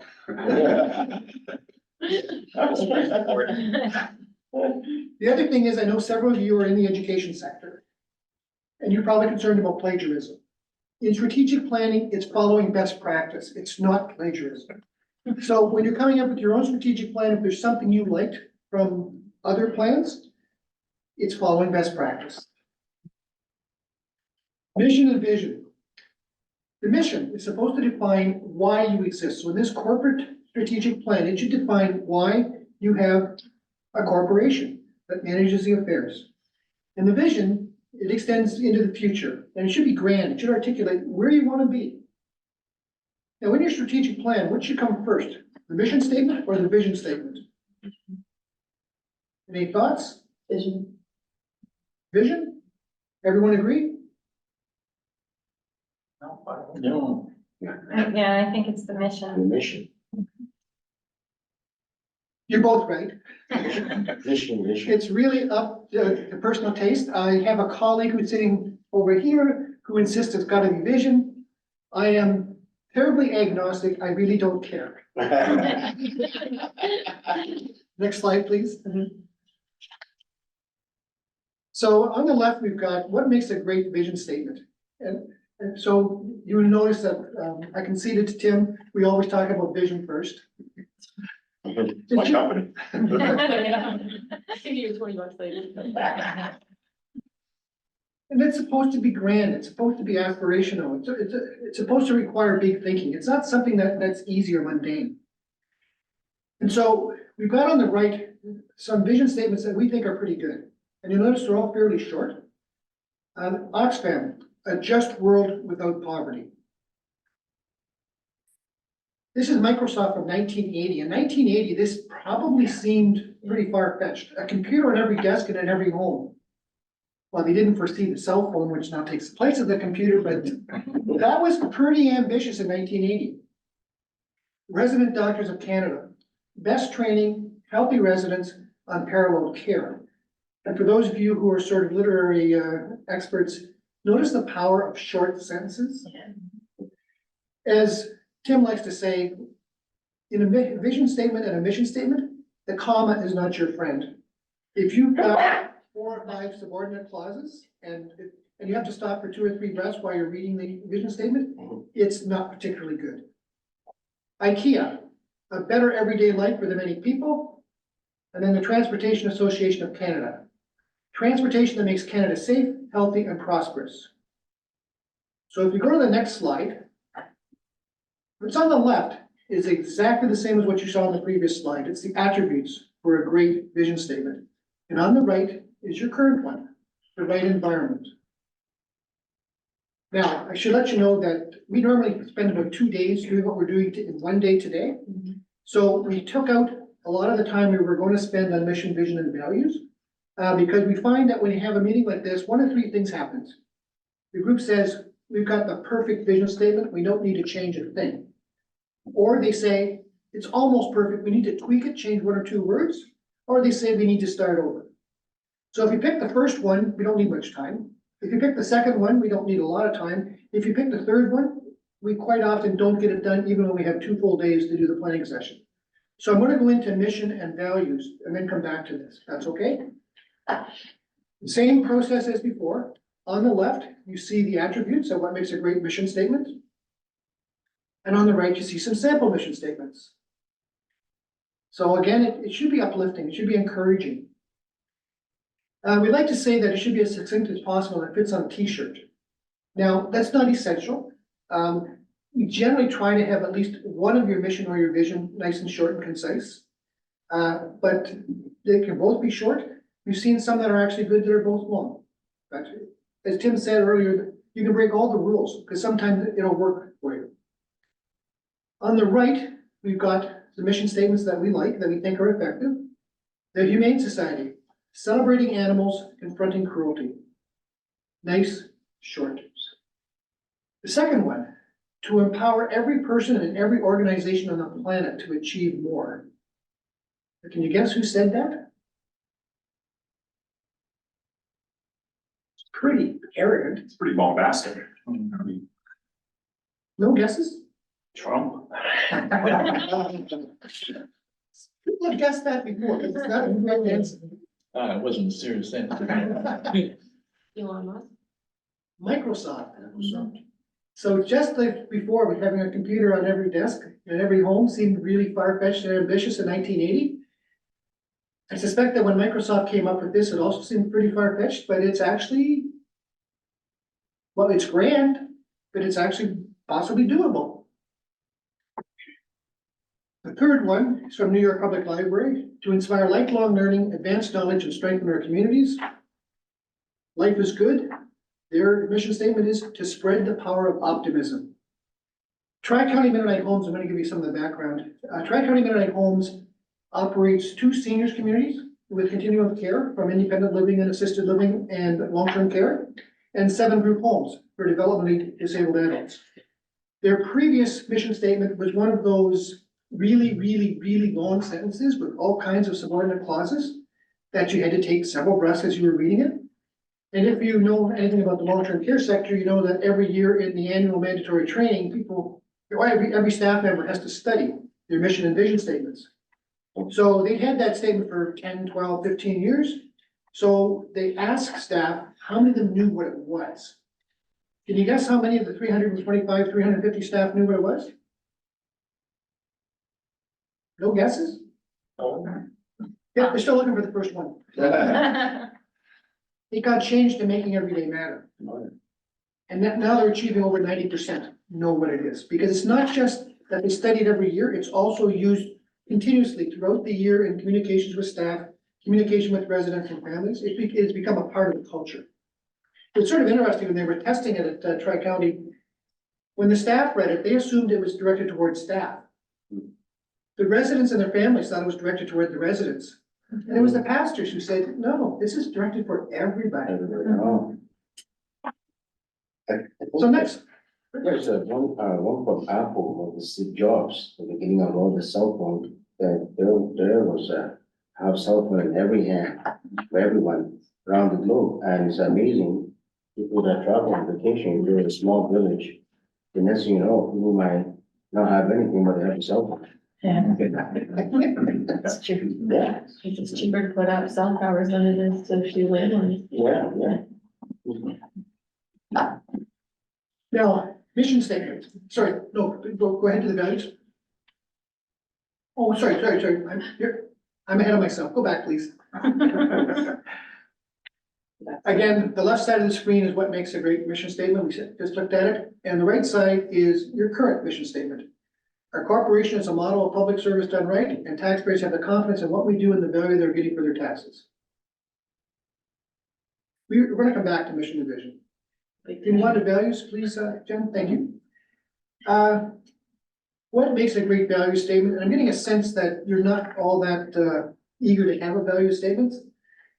I will let you know that neither Tim and I think they do a great deal. If we go to the next slide, Jen, I'm going to suggest to you that what Kellogg's has there, if you Googled value statements, you probably find that that shows up in over 90% of them. It doesn't really say anything. So Jen, if you can go back to the vision statement. Kirkland Lake, the right environment. I should just mention, before I came to Kirkland Lake, I saw the right environment, and I didn't realize that was the vision statement, because I assumed it was our branding, our tagline. So until I looked at the previous strategic plan, I thought that was the vision statement. So I'm not sure how common it is to have one vision statement to be also the logo of the brand. I know in the previous life of mine, we had our vision statement, which is maybe a couple of sentences, but our tagline was Elgin County Progressive by Nature. That was the tagline, but it didn't relate, well, it wasn't specifically the vision statement, so I find that to be interesting. Well, in answer to your question, how often does it happen? It happens, not a lot, but it does happen. What probably happens a bit more is it would be a bit longer for the vision statement, and they take 3 or 4 words for the tagline out of it. So I guess what I'm trying to say is when we go forward and council develops a new vision statement, just be aware that we still have this as our branding and tagline, right? So So just- that's just a reminder. Yeah, so just to speak a little historical context of how that came about, the town did do quite a, like decades ago. That was supposed to be their vision. We were supposed to be the right environment, and it was going to be based on waste initiatives. And so at that time, the council of the day and the staff of the day had a different vision for Kirkland Lake. So the right environment had been the vision. And it had never, because as we talked about how sometimes plans get written and sit on the shelf, and then it just gets lost as staff change over and council changes over. that vision was lost and it became nothing more than a tagline. Yeah. Yeah, through you you. feel like I'm not the boss this time, I'm not. Oh, I don't think the bosses. Better to keep us in that. Currently, one of the reps said, Kirkland Lake went into a full, they were gonna reinvent itself into a, recycling, Yeah. Mhm. and all of Archer Drive was supposed to be full of, things like recycling PCBs and different things. We did get the cleaning of PCBs. Some of the other things fell through, okay?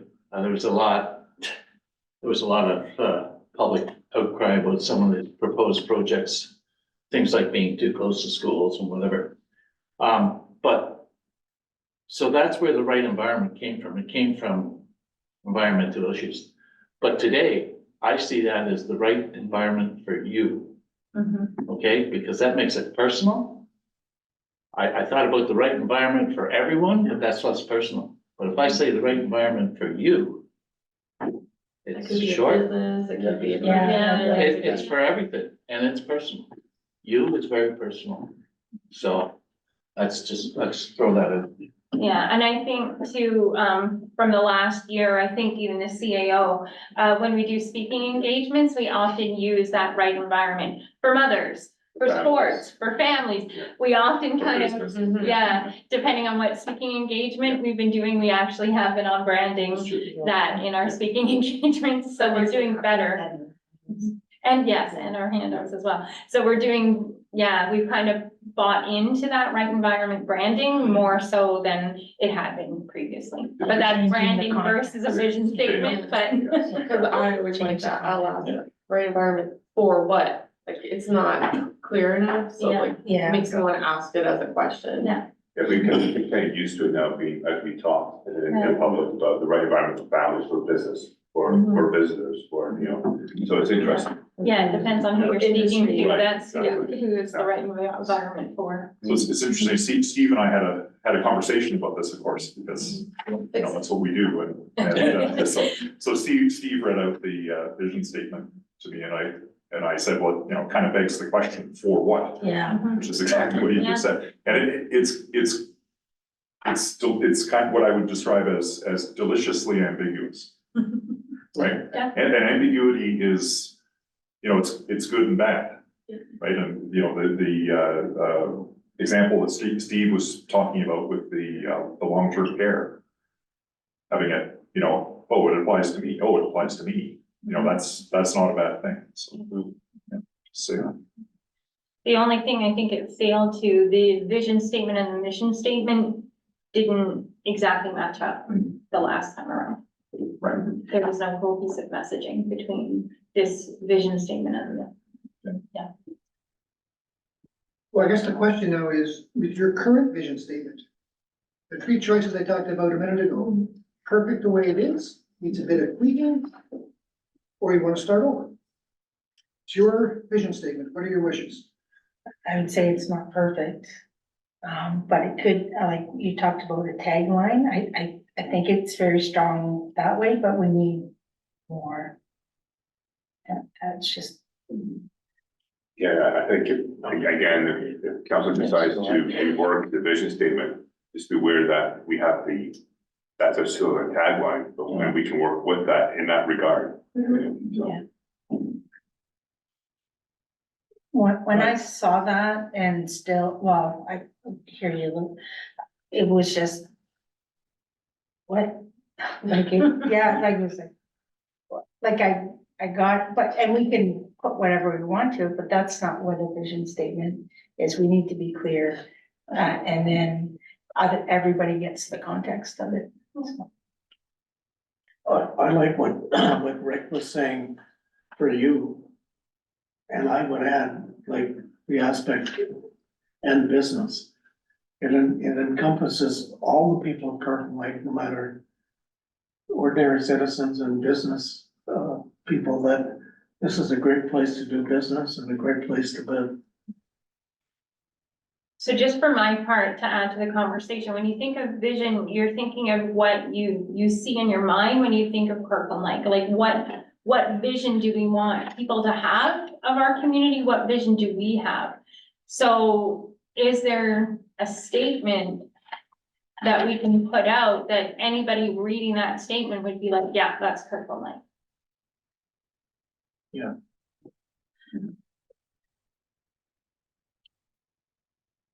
So to answer your question, it's not okay the way it is. It could be tweaked or we look at a new one. It's not okay, like to keep this one. That's, Alan, can you repeat what you said, Elgin's, It was, Allen County progressive by nature.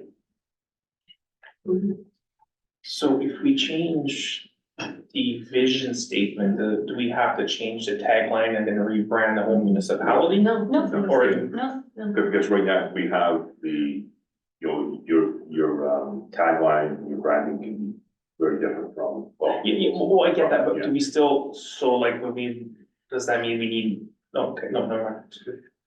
we're not changing the town sign. That signage, if that's what you're. Yeah, like, Yeah, can that all see- stays. Yeah, like, I just wanna make sure we're The not, because I cost. mean, I know you're- there's cost, right? Oh, There's, yeah. like, Cost of rebranding, like, Yeah. it's very expensive. Yeah, right. Yeah, the right environment for you says that we are very inclusive. We welcome everybody, come on in, whether it's business, whether it's single people, married people, whatever, Simple change. you know, Maybe whether that's you're the an word, intellectual, or inclusive, whether you you're know what I mean? Like, got maybe great that's where- education. You're welcome. Yeah, staff don't talk, for anyone and everything is a suggestion as well, the right environment Oh. for everyone and everything. Yeah. But I go back to you. You does it all. Yeah. Yeah, It's. I do like that, I do that, the right environment for you, I think can be reworked. Yeah. I always think of public speaking and when you're speaking to things, but does that show what we're looking for? Like, is that our vision, the right environment for you? But we don't wanna be inclusive, we don't wanna grow. But I think no, that's, but you're it's adding all those the words context. that need to be part of the vision. Yeah, You're right, it's just the word inclusivity, like those are the words that need to be part of the vision.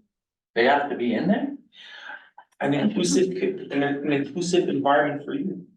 whatever. Oh, I like that, there's an addition. Sorry, I really like, which one did I really like? So the mission of, the Sioux was to promote, encourage, and lead economic and social growth within our community through the effective, no, that's the mission, sorry.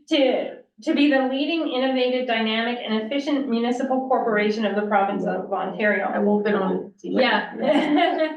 But that, like, that's the feeling that we wanna get across with our vision, that feeling. And so what words will give us that feeling? Also, we don't want, maybe, we won't be too short that we, Yeah. it's giving our future state, which is what a vision statement is then, you know, then your mission statement is more than the corporation, I gotta stress that. And then you have your tagline, which is a short, snappy, you know, and also, down the road, there may be a time where council may want to revisit branding. Okay, this is down the road, that's a whole different discussion. But again, the right environment is our tagline right now. I don't try to sell the vision statement too short anyway. So I'm saying, because you want to be able to project what that would be for the future. What is the state of the future? So.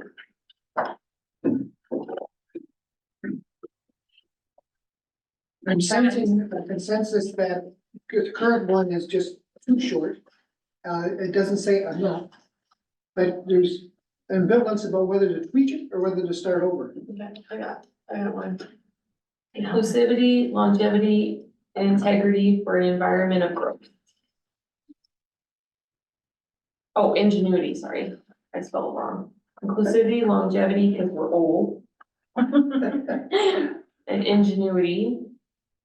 That's like future word. For an environment of growth, so that we're still using more environment. I'm just saying no. You. It's just a word, a play on word, right? Try to be. That's my favorite thing, yeah. I like taglines, but then my mission statements. Other thoughts, suggestions, comments? I have one and just need one word, I can't. What did we do without ChatGPT? You know what, that's a problem. I love it. What do you call it when you're like set for the future?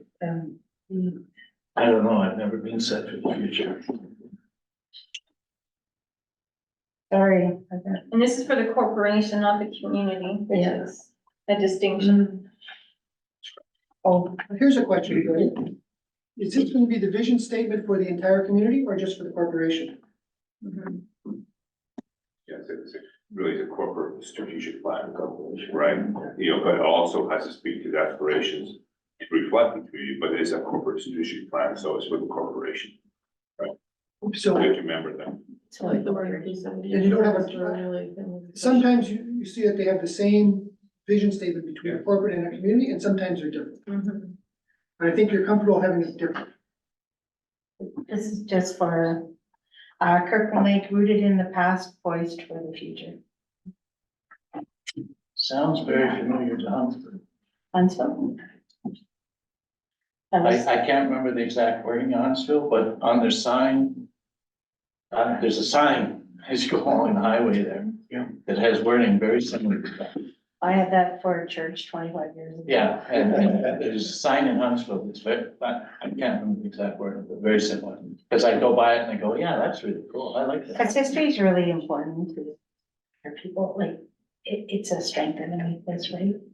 But we have to be poised to the future, right? Rooted in. Okay, so I've just put to be a diverse, thriving and efficient municipality. Because it's corporation, not the community, but we want the community to be diverse, to be thriving. I want that word intent, like inclusivity or diverse. Yeah, We've had some incidents, you know what I mean? And I want Yeah. that, personally, I want Yeah. that well, and, language. yeah, and the last time I did a speech, I was saying, like, with the, Mexican delegation. Mhm. Kirkland Lake was built on people that came here from across the globe, and we lost sight of that. Yeah. And, yeah. But I can't go back to the right environment in it. If we wanna keep on that wording, that's not Maybe enough. Like an environment of To diversity. be an environment, there we go. Are we getting closer? An environment? But this is a corporate Yes. strategic plan. But we Yeah, want the but corporate Corporate environment is an as well, to environment be of diverse diversity. Oh, thrive, exactly. and- Yeah, and efficient. yes. Yeah, environment of. We're getting closer, folks. Read it again. Steve, can you read it again? To be an environment, no, to be a diverse, thriving, efficient municipal environment. How about that? Be a diverse. To be a diverse, thriving, and efficient municipal environment. But does that become your mission? Yep. Gimmer. No, can you tell me again what you said? Oh, to be a diverse, thriving, and efficient municipal environment. So I went through all the other plans. Do we have to say the word municipal though? Can you not? Well, because it's corporation, right? So we want to tie it to the business because we're doing Can you a say- corporate. Could that be Maybe done? corporate Yeah. environment Yeah, then, corporate environment. instead of the word municipal? You want that? Yeah. I know, we're just playing on words, right? I'm- But I like. I would be inclined to use municipal, Okay. because I think just the average citizen, there's gonna be a bit of corporate, Yeah, they lose sight of the corporation of the Yeah. town of Kirkland Lake versus the municipality, yeah. To be, Right, diverse, thriving. to be in a diverse, thriving, and efficient municipal environment. Can we say something about forward, future? I think that would be more the community one, The or, mission, The No, mission board. No, mission is how? Okay, to be a diverse, thriving, and efficient municipality poised for the future. Oh, use that yours? sounds wonderful.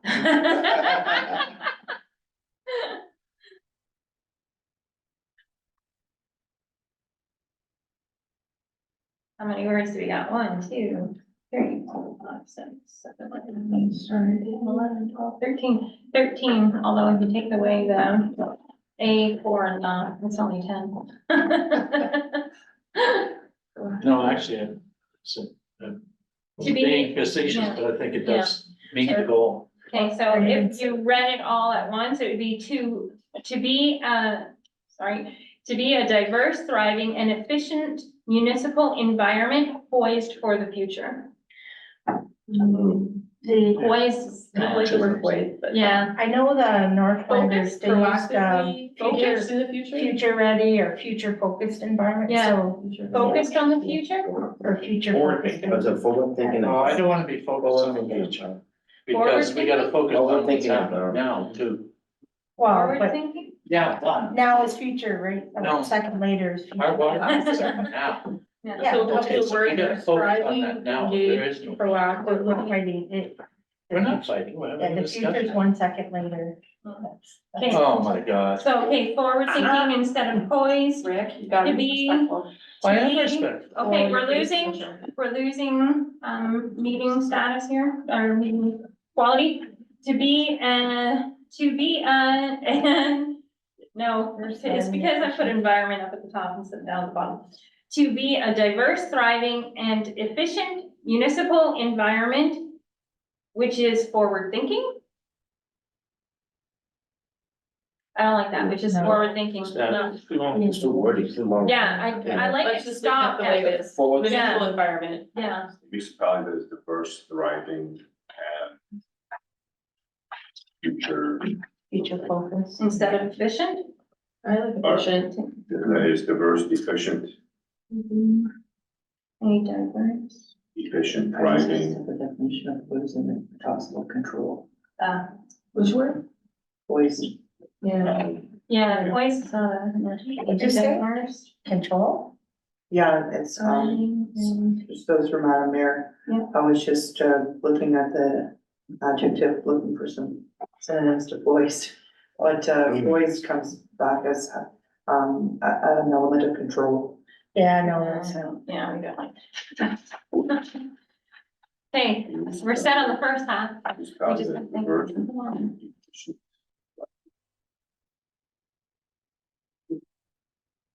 This is, he's looking at the future, right? So we're, Focused on. future focused environment, future environment. Being a diverse, thriving, and efficient municipal environment focused on the future. I really like that one. I don't like the word focused. Why? Well, because as a photographer, when I focus on something, I focus on something. And we gotta deal with today as well as the future. Okay. So I to see. me, the word focus says we're not looking at today, we're just gonna be looking down the road. So I don't like the word focus, but the rest of it's fine. Focused or future? Focus. Focused. I don't like the word focused. see, isn't it, the vision statement is one where you look at future desired state, right? So the wording has to represent what you feel about, what you envision that future to be, correct? Well, I was gonna suggest, Unfolding. the word you mentioned, diverse, efficient, and what was the other one? Thriving. Thriving. What about to be the right environment for you, comma, diverse, thriving, efficient? Nice. Oh, you should do this for a living. Yeah. I never thought of that. Nice. How do you get municipality in there? It's gonna be in your corporate strategic plan. So if you're reading the Corporation of Kirkland Lake strategic plan, it's sort of understood. Right. To be the right municipal environment, diverse, thriving, and efficient? Could that be it? Just to be the right municipal environment? I think it Diverse was thriving. Read it in the same, or did somebody write that down? Because Yeah. I- to be the right environment for you, diverse, thriving, and efficient.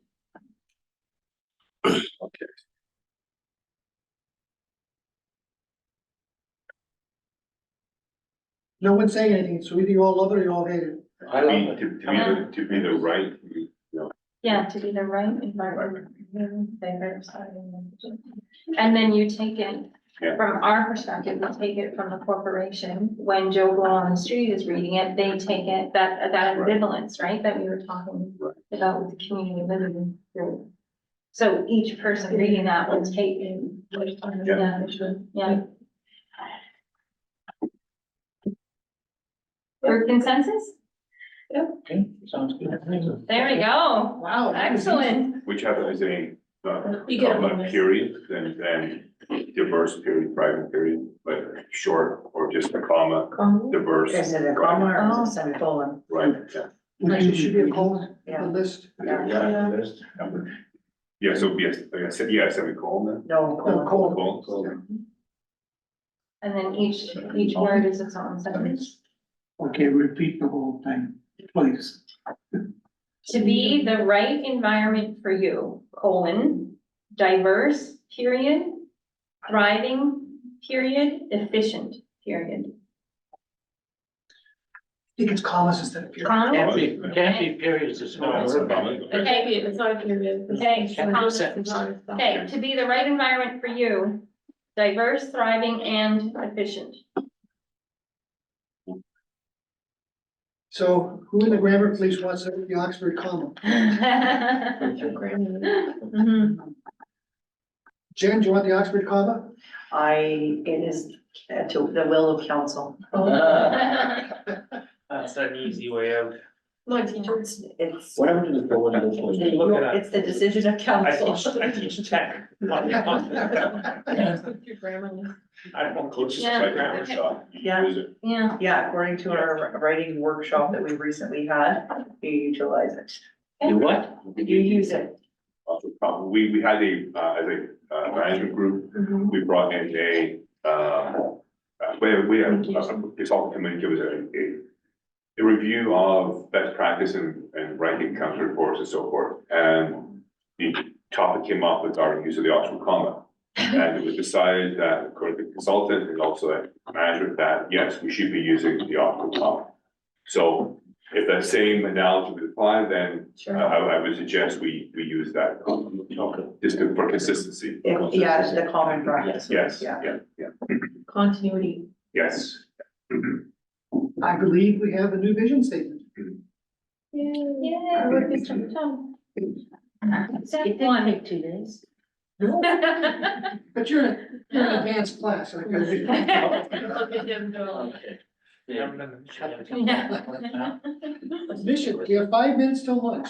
Yeah. Okay, So you want to go one more slide? sure. Oh, God. Several of you pointed out there were mission statements that you liked. You've got the one that you have up there now. I don't want. We did this? Well, it was a group effort. I don't remember that. I see. I don't remember that at all. I think it only identifies certain people when you say taxpayers, and we have Yeah. plenty of people in the community.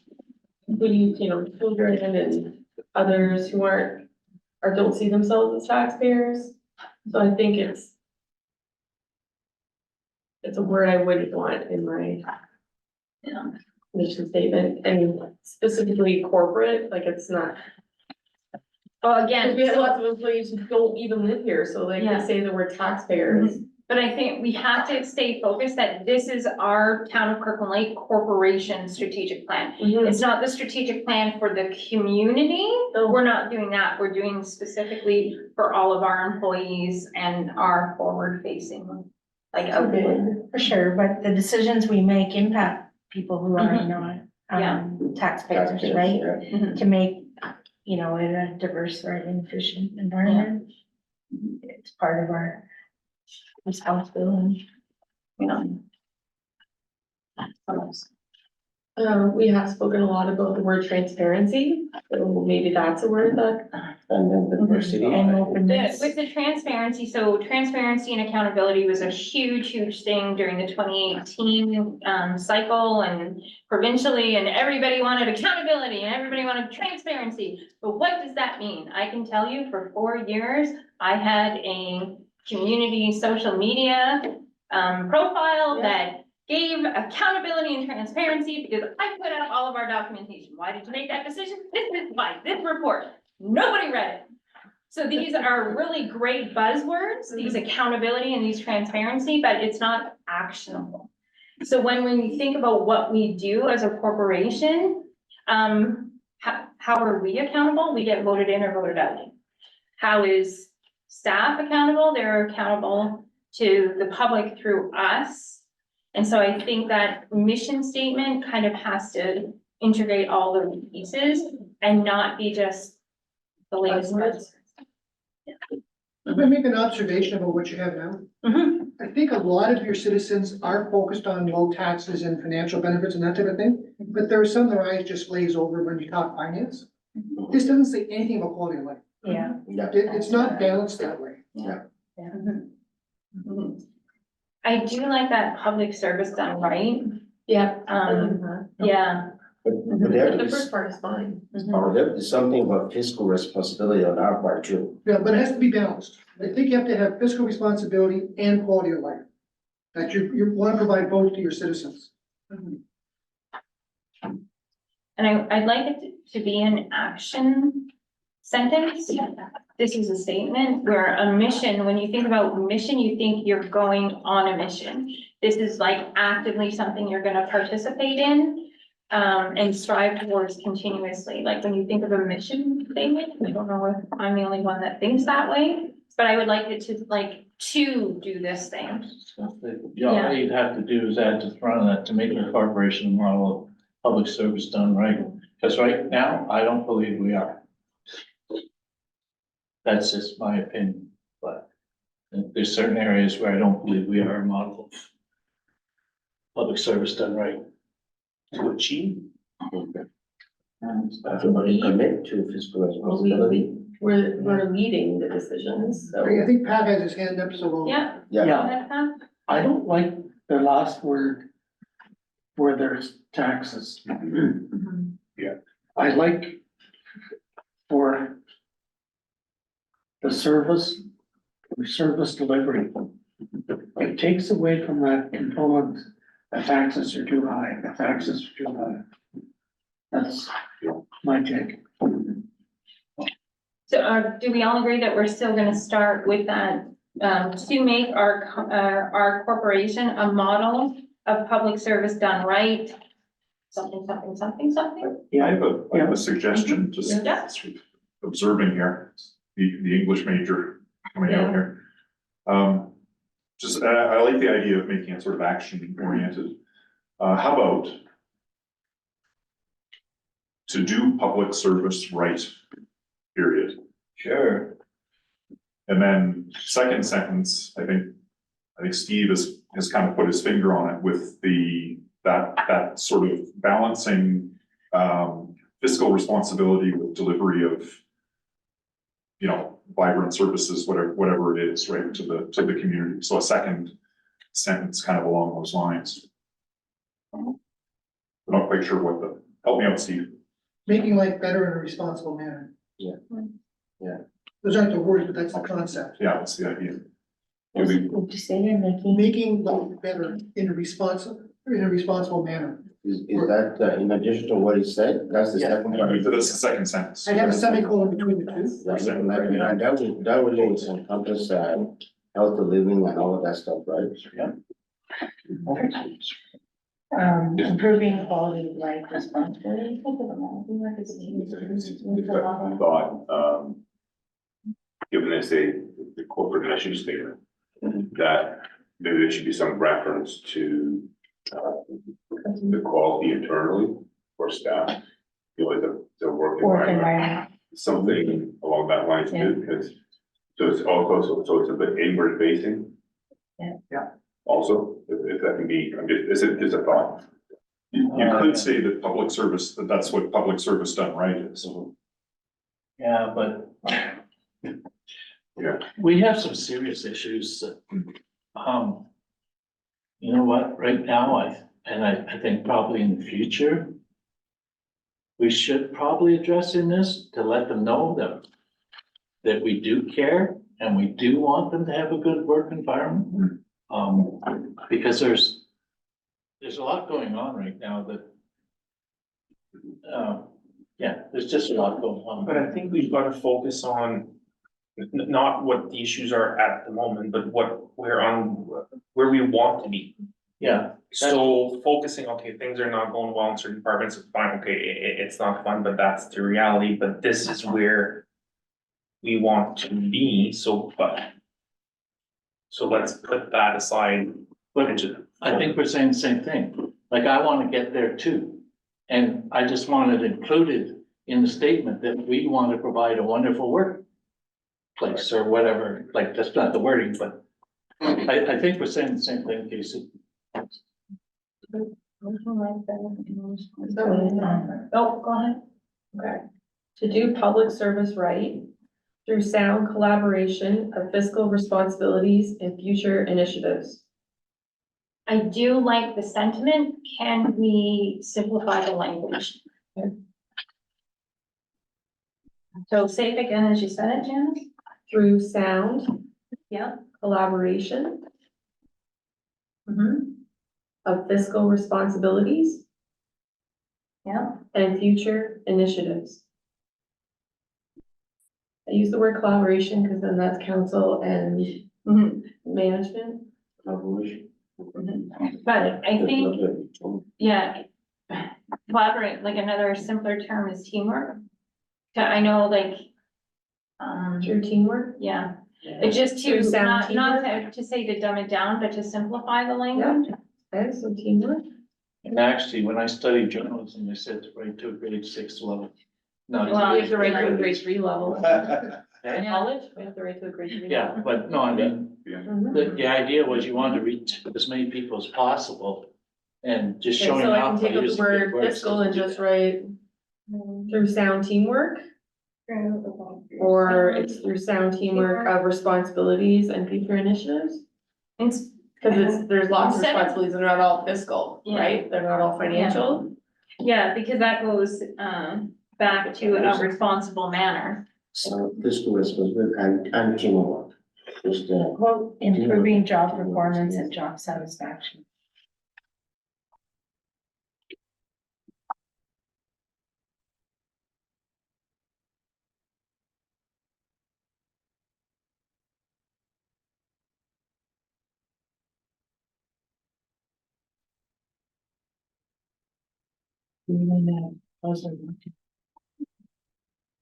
That's buzzword.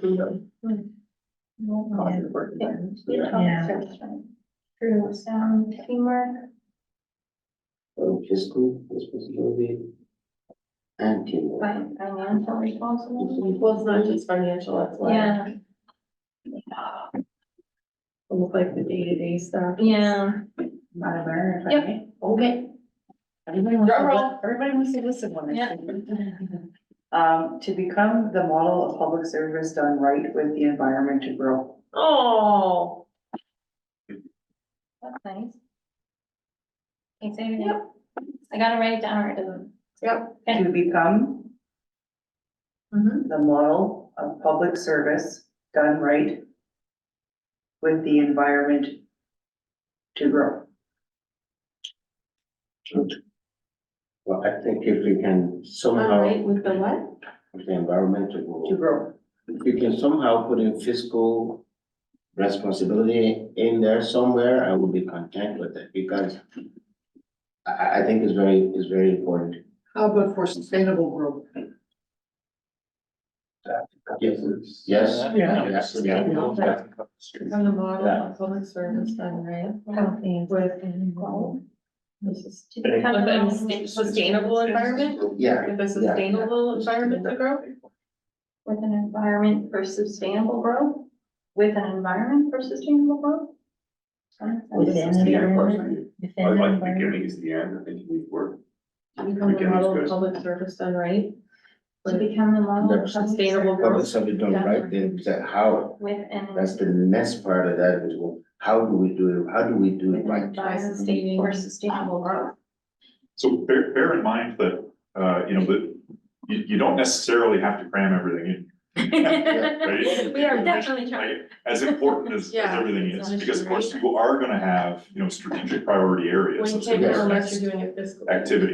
You know what I mean? Right? Yeah, And so, good fiscal management, Allows you. yeah, Yes, so we right? That can could, be one of your pillars. yeah, Then you're good then? Yeah, That's in some- I think, Become, yeah, yeah, Okay, become the model of public service done right with the, positive. Lost it years ago, but we won't talk about that. yes, we, my business is so that shelter services. What have we got now? okay, so right now, we're still at to become the model of public service done right with an environment for sustainable growth.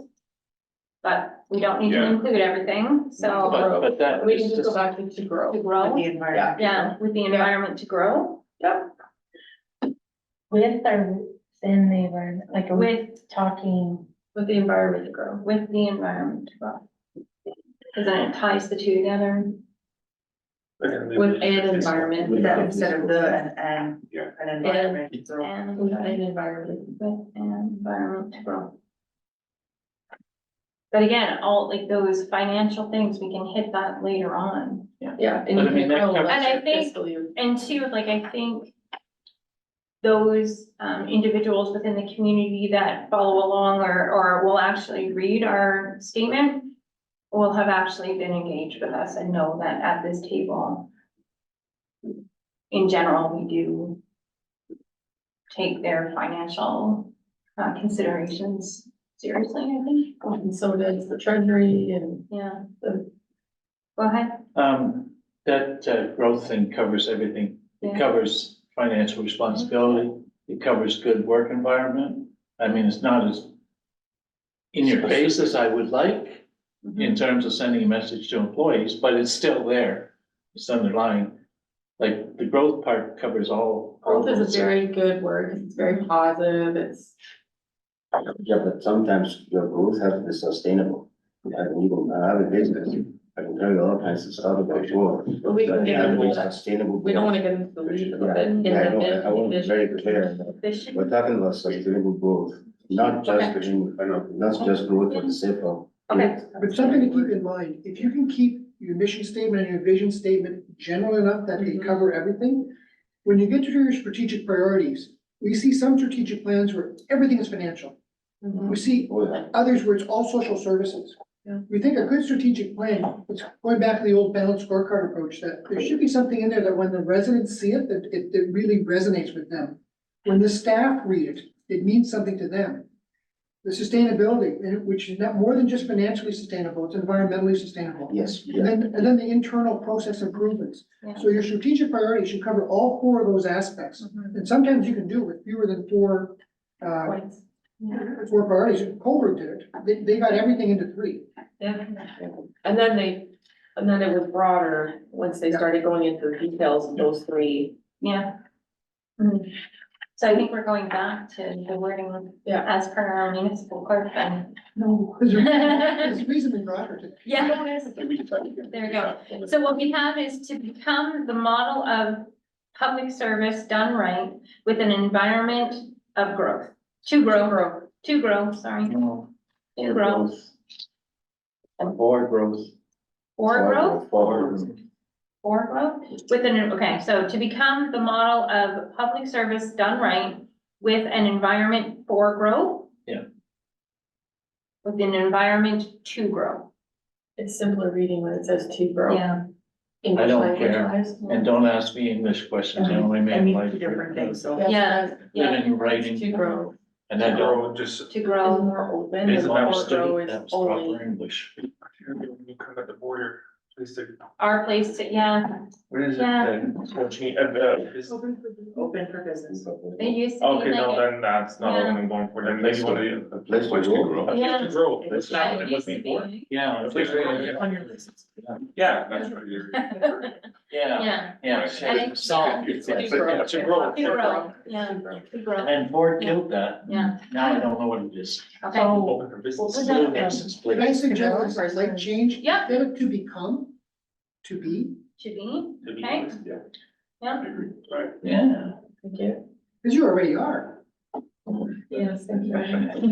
Yes, yeah. Okay, so last reading? Yep. To be the model of public service done right with an environment to grow. Oh, that's poetic. Here we go, everybody clap. Yay. Lunch yet? I was just gonna say that when Tim and I went to facilitator school, the first thing they taught us is don't stand between the participants and their lunch. Your lunch is now 12 minutes overdue, but Oh, no. great work the last half hour. Thank you so That's much. you, Michelle. It's very Thank you, good. we'll stand in recess. Very good, guys.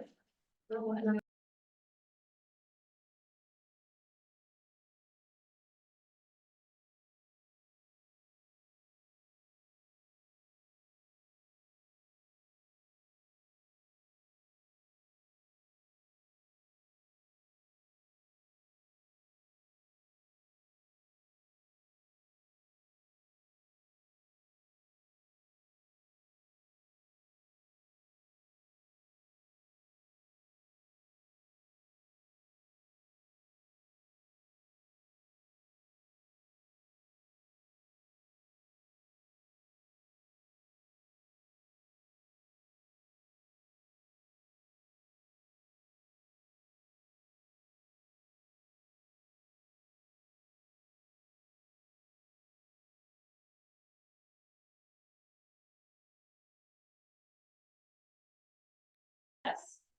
Thank you, gentlemen. Okay, thank you. So we'll go back to the PowerPoint. So good news, we are on time. So I have to congratulate you on making such good progress on the vision and mission. I mean, often we work with councils and struggle for days and days and days and come up with something that isn't nearly as good as what you've just come up with. So I guess the one thing I'll just say, Steve and I were talking about it, and I think that the right environment, no quotes, no caps, I would suggest.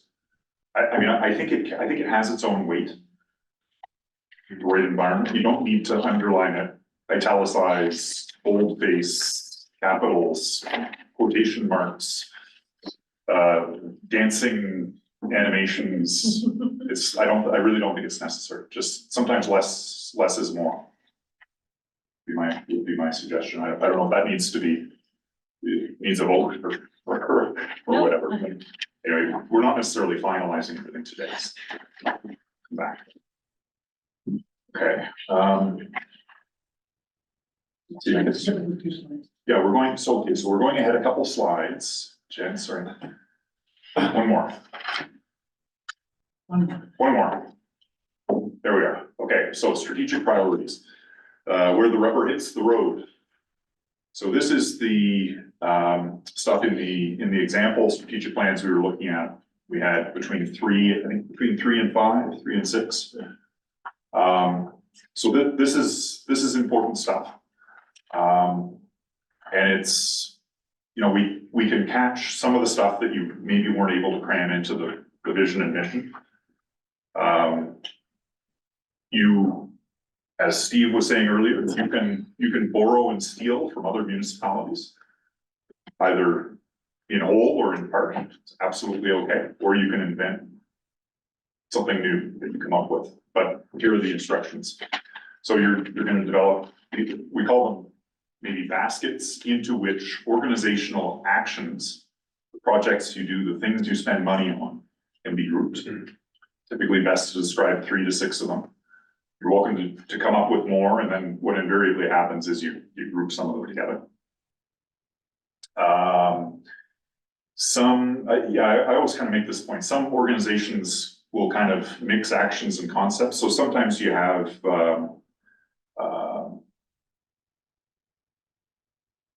stuff that's kind of, a healthy population. That's kind of at a conceptual level versus fixing our infrastructure, right, which is a very specific thing. So you decide what level you want it to be and whether some of these are cross-cutting or whatever. Go to the next slide. So the objective, and we're gonna break into 3 groups again, so we'll do 2, 2, and 3. I think we'll renumber, we'll do that in a minute. We'll mix the groups up again. We're gonna come up with the high level baskets, priorities. Feel free to use the ones that are in the current strategic plan. I actually can't remember what they are. I haven't done it in a few days. Or develop your own. You can consider starting with more than 6 and then combining some of them later. I asked, are any of the priorities cross-cutting? And decide. Start thinking about, and you'll have seen in the best practices or in the examples that there tends to be kind of a next level where there are 3, 4, 5 things, bullets under each activities that are happening. So you can start thinking about those. Right, so just, for example, if you came up with one that has to do with organizational excellence, well, it might include communications and it might include HR, whatever. Just throw that out. And then the groups, so the 3 groups will present their priorities and rationale for their priorities back to the group and we'll discuss. So what's interesting to Steve and me at the end of this is, well, how much overlap is there? There's usually quite a bit. But we'll see. It's me. Okay, yeah. So we'll leave that up on the, I guess oh no, you're gonna mute or whatever. I think everybody knows what they're doing. We'll give you whiteboard or some, we call flip chart paper. Put stuff in, yes. I know earlier in our session, you showed like what the priorities were from the, you call it? Stakeholder engagement. Oh, was it just the stakeholder or was it from the poll, like the survey online? It was primarily from the interviews with council and the staff.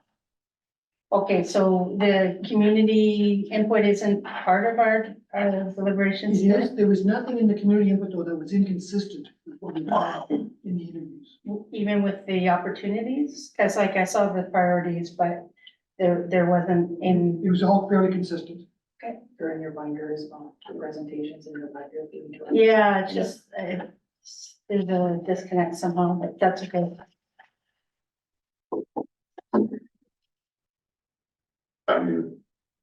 Maybe we should explore that disconnect. You mentioned the disconnect. Well, I'm just wondering, like, we didn't see the opportunities that, was part of the poll. I would just be curious for the priorities from the poll, like, so we're just doing staff and, stakeholders and council. There was no slide in this presentation on opportunities. Okay, That was trying to be concise. There was nothing in the opportunities though that was inconsistent with what was in the challenges and the priorities. And I think a lot of what came out in the opportunities was also what came out in the SWOT, what your strengths are and your opportunities. But I tell you what, while you are working, I can come up with the opportunities and maybe we can get it printed and distributed fairly quickly. yeah, no, I was just curious because it wasn't part of our, yeah, because I understand like the bulk of what we're doing, like it's the priorities for the next 3 years. But sometimes there's an opportunity that is unique that, yes, we need to do the priorities, but maybe, yeah, so that was my only. No, that's a good point, but so I can do that in the next 5 or 10 minutes while you're working on the Okay, so let's create the groups. As you probably noticed, we try to mix it up so you're always working with somebody different. So this time, Casey and Vlad, group 1, Janice and the mayor, group 2, and Pat, Rick, and Dolly, group 3. Okay, we'll be now in recess. Thank you.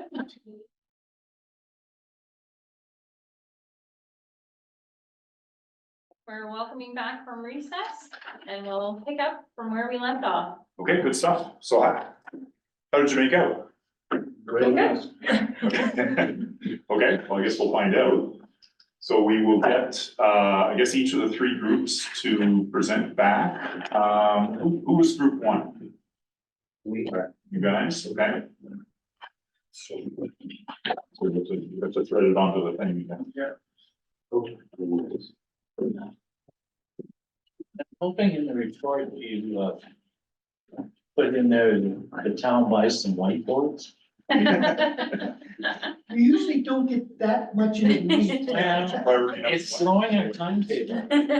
One to be concise now. Few pages. Okay, go. You got it. I go ahead. Oh, You did okay. it already. Yeah, it doesn't mean nothing at all. Yeah, you understand, you probably. So what we did, we went through the document, pulled out the higher level baskets, I guess, if you want. So the first one was, I think it's a no-brainer infrastructure upgrade, so any road plan. Make sure that it's followed and we add to it if need be, then also have a plan for the pipes that are under the streets, make sure that's followed as well. Snow removal, again, it's a topic that comes back quite often. How can we improve on it? Economic diversification, we've started that, like, we tried coming for like that spring, third, transformation of the material, so it's not always mining. Also, community quality of life, housing, comes back to now. We need housing, we need affordable housing. Yeah. Trails. Yeah, stuff, and it's not, so yeah, quality of life, it's not just, it's stuff for people to do. Like, it's not, okay, you're in Kirkland Lake, so what is there to do when you're not working? So it's access to the trails, it's making sure that people can get to them and they're actually in good enough shape. Growth. Expanding our tax base, having subdivisions that are ready to build on, so it doesn't mean we are building the houses, but that the street is through, the pipes are through, people just have to go and connect to them if they choose to build a house on it. Look out for government funding. There's always opportunities there, we need someone that's aggressive in getting funding, not just for one sector of the municipality, but for all sectors. Right now, we're losing a big part of one of our most aggressive funding seeking individual, and that it's gonna hurt, so we need someone to make sure that we've got that part covered. And focus on core services, CPR, airport, museum are the ones that come to mind, like, do we need to offer all of these services? Do we need to review how we offer these services? I'm not saying that we need to cut ties with these entities, but we need to review how, what the relationship is with the municipality and how we operate them. Technology, having more the use of technology in day-to-day operations, fleet management, record keeping, all kinds, like there's stuff that we still do old school and it shouldn't be done that way. And I know people don't always like to change towards technology, but once it's done, once you're past that initial hurdle, it usually makes your life a bit easier as long as it works. Yeah, that's us. Okay, thank you. Good job. Yeah. Okay, so then I think group two. We're next, Janice? Yep. It's a work in progress for Jen. No, I was taking more notes and so that I don't repeat myself. She was stealing your words. They're not in quotes. Excuse me, I apologize, Janice. I would never accuse you of stealing anything. I don't want you to take me to I'll the, fully admit it, No. but don't worry. please don't take me to the integrity commission. Okay, so when you see check marks, you can just emphasize that they put them in their categories, and then these were in his addition. Perfect. Okay, so for our first basket, it was sustainable core services. I think it's already been brought up, but we looked at prioritizing our core services, ensuring financial stability with those, and leading with good governance. So that's kind of the focus that we went on. Now, item number 2.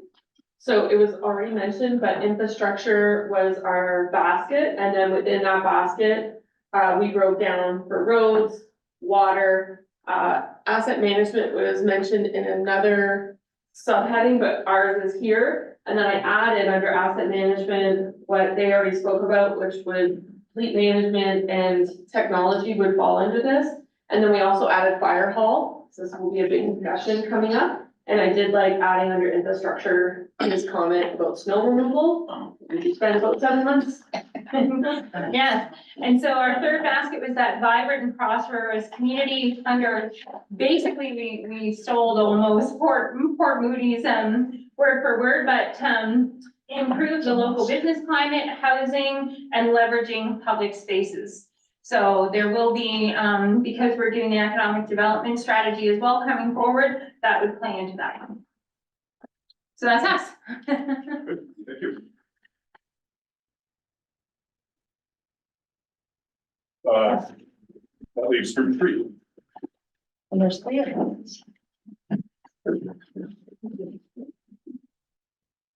Well,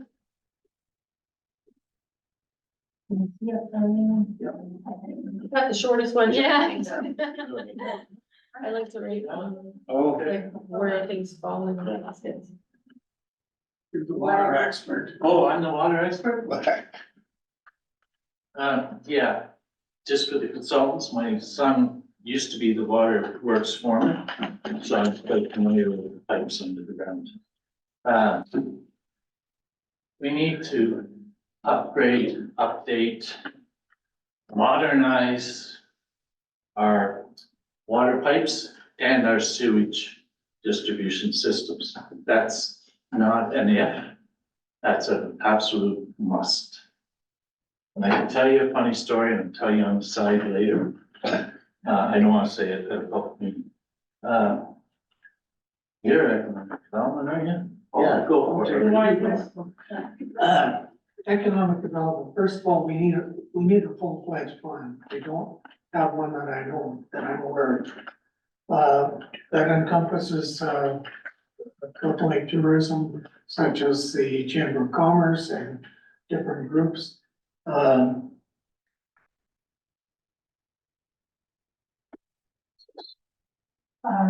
branding or town branding. And town branding and beautification, that's a tough one because how do we get the big box store to come to Kirk Lake? We've got a lot of empty places, don't have the population to attract them, but we want our people to shop in Kirk Lake and be able to, not have to go out of town. We have the Economic Development Corporation. Again, I'm another full-fledged plan. They're new in formation, so it's at the startup stage, but we need to have an economic plan in place. Industrial land and development. Basically, our industrial land, we have 1 or 2 spots available, that's it. It's been used up by solar and different things it's another story. But we need to expand that area. And attracting new business to town, I think I covered that as far as, getting people, getting the bigger stores and encouraging people to open businesses in Kirk Lake. We're fortunate lately that we've had some changeover in ownership and it's attracted new people to town, which is a good thing, and we need to see more of that.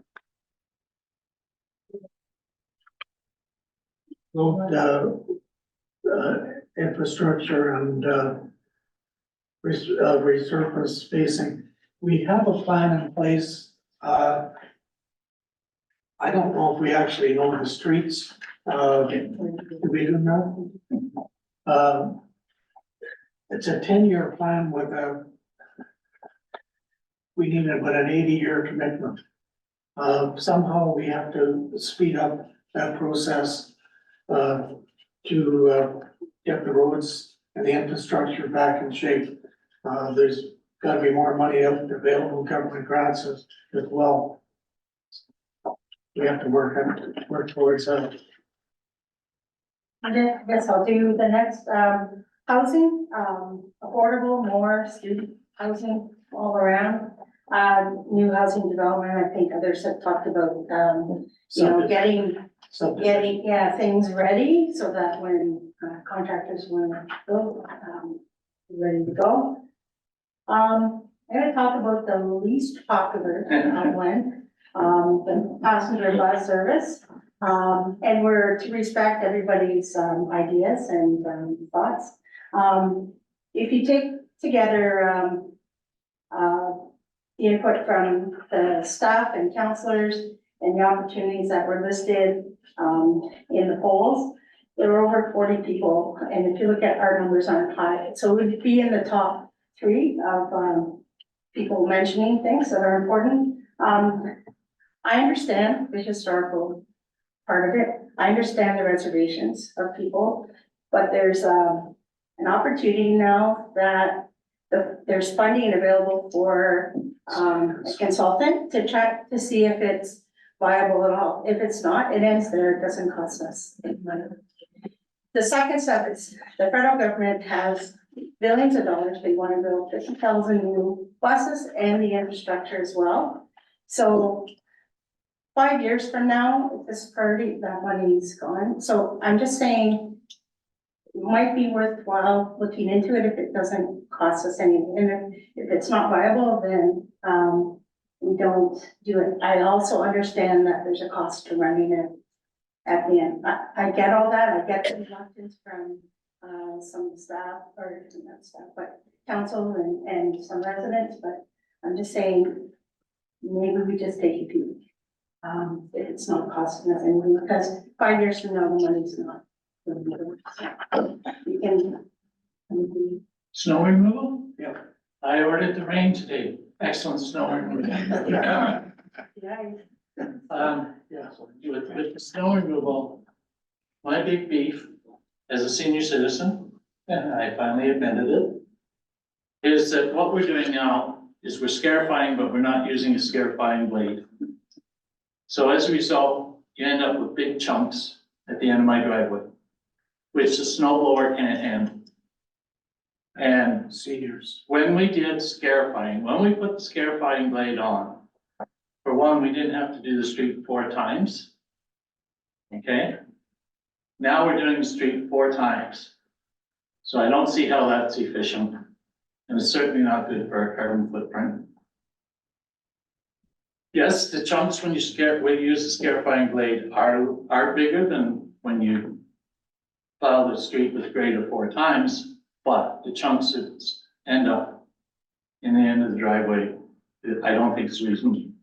I'm hoping, since they modified the snow removal going out earlier, that will correct itself, but that's a big complaint that I hear from residents about snow removal. Let me go on to fleet management. Oh, I'll take it. Yeah, go ahead. Okay. Fleet management, well, we have an asset management plan, which is a 10-year plan. It's more like a wish list in my mind. Fleet management is required to know on any given date what shape and money that's been spent on any particular equipment. And we don't have that. The Works Department come to council for heavy duty repairs or for new vehicles, new equipment. There's nothing to back up why we need that new equipment. So fleet management is very, very important, and I don't understand why we don't have it. We're still using the old paper and pencil trick, and it's not working. Earl? The second part of fleet management is GPS systems. We have a policy about who can take vehicles home and who can't. And I'm still getting reports of town employees using town vehicles to buy groceries. In fact, just 2 weeks ago, a resident approached me about that. So part of fleet management is also GPS systems, and that tells you how fast your vehicle's going, where it is, how long it's been stopped. And it's not, I have mixed feelings about it, but when I look at it, I know an exploration company, it's small, has it? Union, not Union Gas, but it's the gas company has it, Igo has it. It's pretty standard procedure now for our employers to do. Thanks to Casey's motion, we're moving forward. I'm looking into a firewall.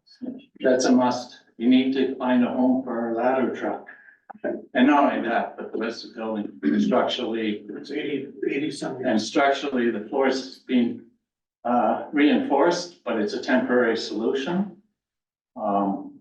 We save probably 5 minutes at least by having the ladder truck at the hall instead of at the works department. And the accommodations for the firefighters, they're brutal. They're 40 years, 50 years out of date.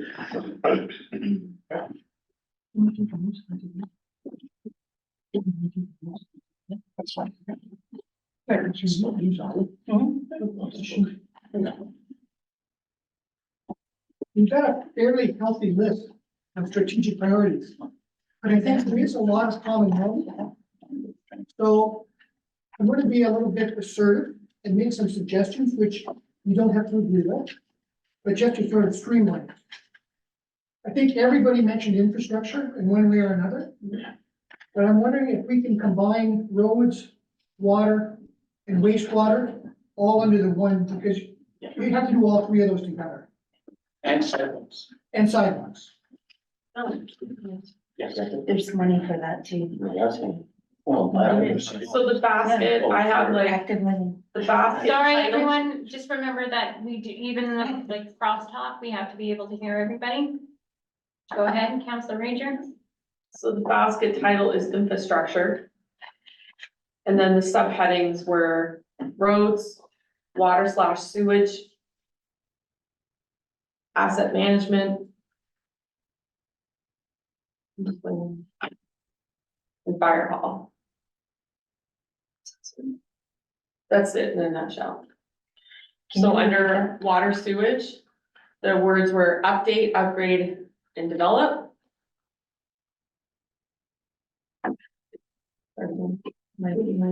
But actually, the next thing we're gonna do is we're gonna get in those action items we're gonna do.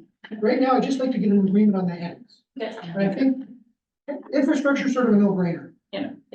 And the only question I had is whether fire hall goes under infrastructure or core services. But it's given it's a significant capital investment, infrastructure does not seem inappropriate. Does that work for everybody? Now, we had, community quality of life and we had growth. And housing was one of both of them. And subdivisions and recreation and trails. And looking out for funding. Can we combine community quality of life and growth? Vibrant and prosperous community. Yeah. What did you? That's from. That was our head of Port Moody, Port yeah. Moody, we stole theirs. Yeah, what would the exact heading use? Vibrant and prosperous community. We use that now, even if we decide to change that later, we all know what it entails, what it covers. What did yours say again? Community? Well, these said community, quality of life and growth, but vibrant and prosperous community, I think captures all of that. And that's where we had improved local business climate, housing, new subdivision, leverage public spaces. Like questionable core services, museum, tech, air, those sorts of things, or they go under sustainable core services. Like I had listed things that weren't part of our plan, but that others mentioned. Okay? You know what to do? Chamber of Commerce can go in there, town branches can go in there. The things you guys- That's the next step. He's still on probation as a sonographer. So, sorry, can you give me the headings quickly again? Vibrant and prosperous community. I got that. The Oh, you bullets. wanted me to wait, for the next, you just wanted the head, Well, the basket. the sort of like the high level, Give him the high level ones. Okay. the high level bullets under What's this it- Housing, housing, yeah. leverage public spaces.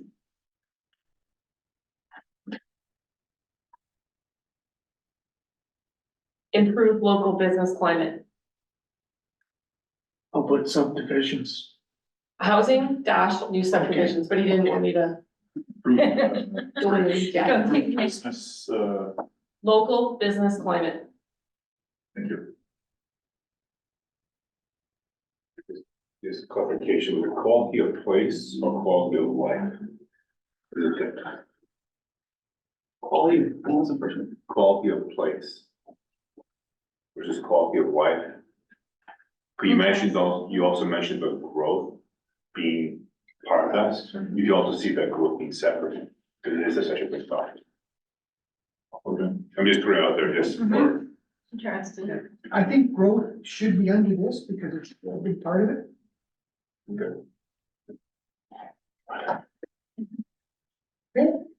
now we go. Sustainable core services. Now, does sustainable core services include looking at what is not a core service and not sustainable? Yes. Yes. So it's, Evaluating, services. sustainable core services, and then one of the action items would be looking at non-core. Yeah. yes. And non-sustainable. And under that, I would put in things like, snow removal. That's a core service, It's a core service, yes. fleet management. Passenger bus service, going anywhere, it's going in here. I have fleet management under asset management, which is under infrastructure. So do you want me to change, like, It could be either. Could be an item, yeah. Actually, for now, why don't we put it in both? and see where it goes? Yeah. Okay.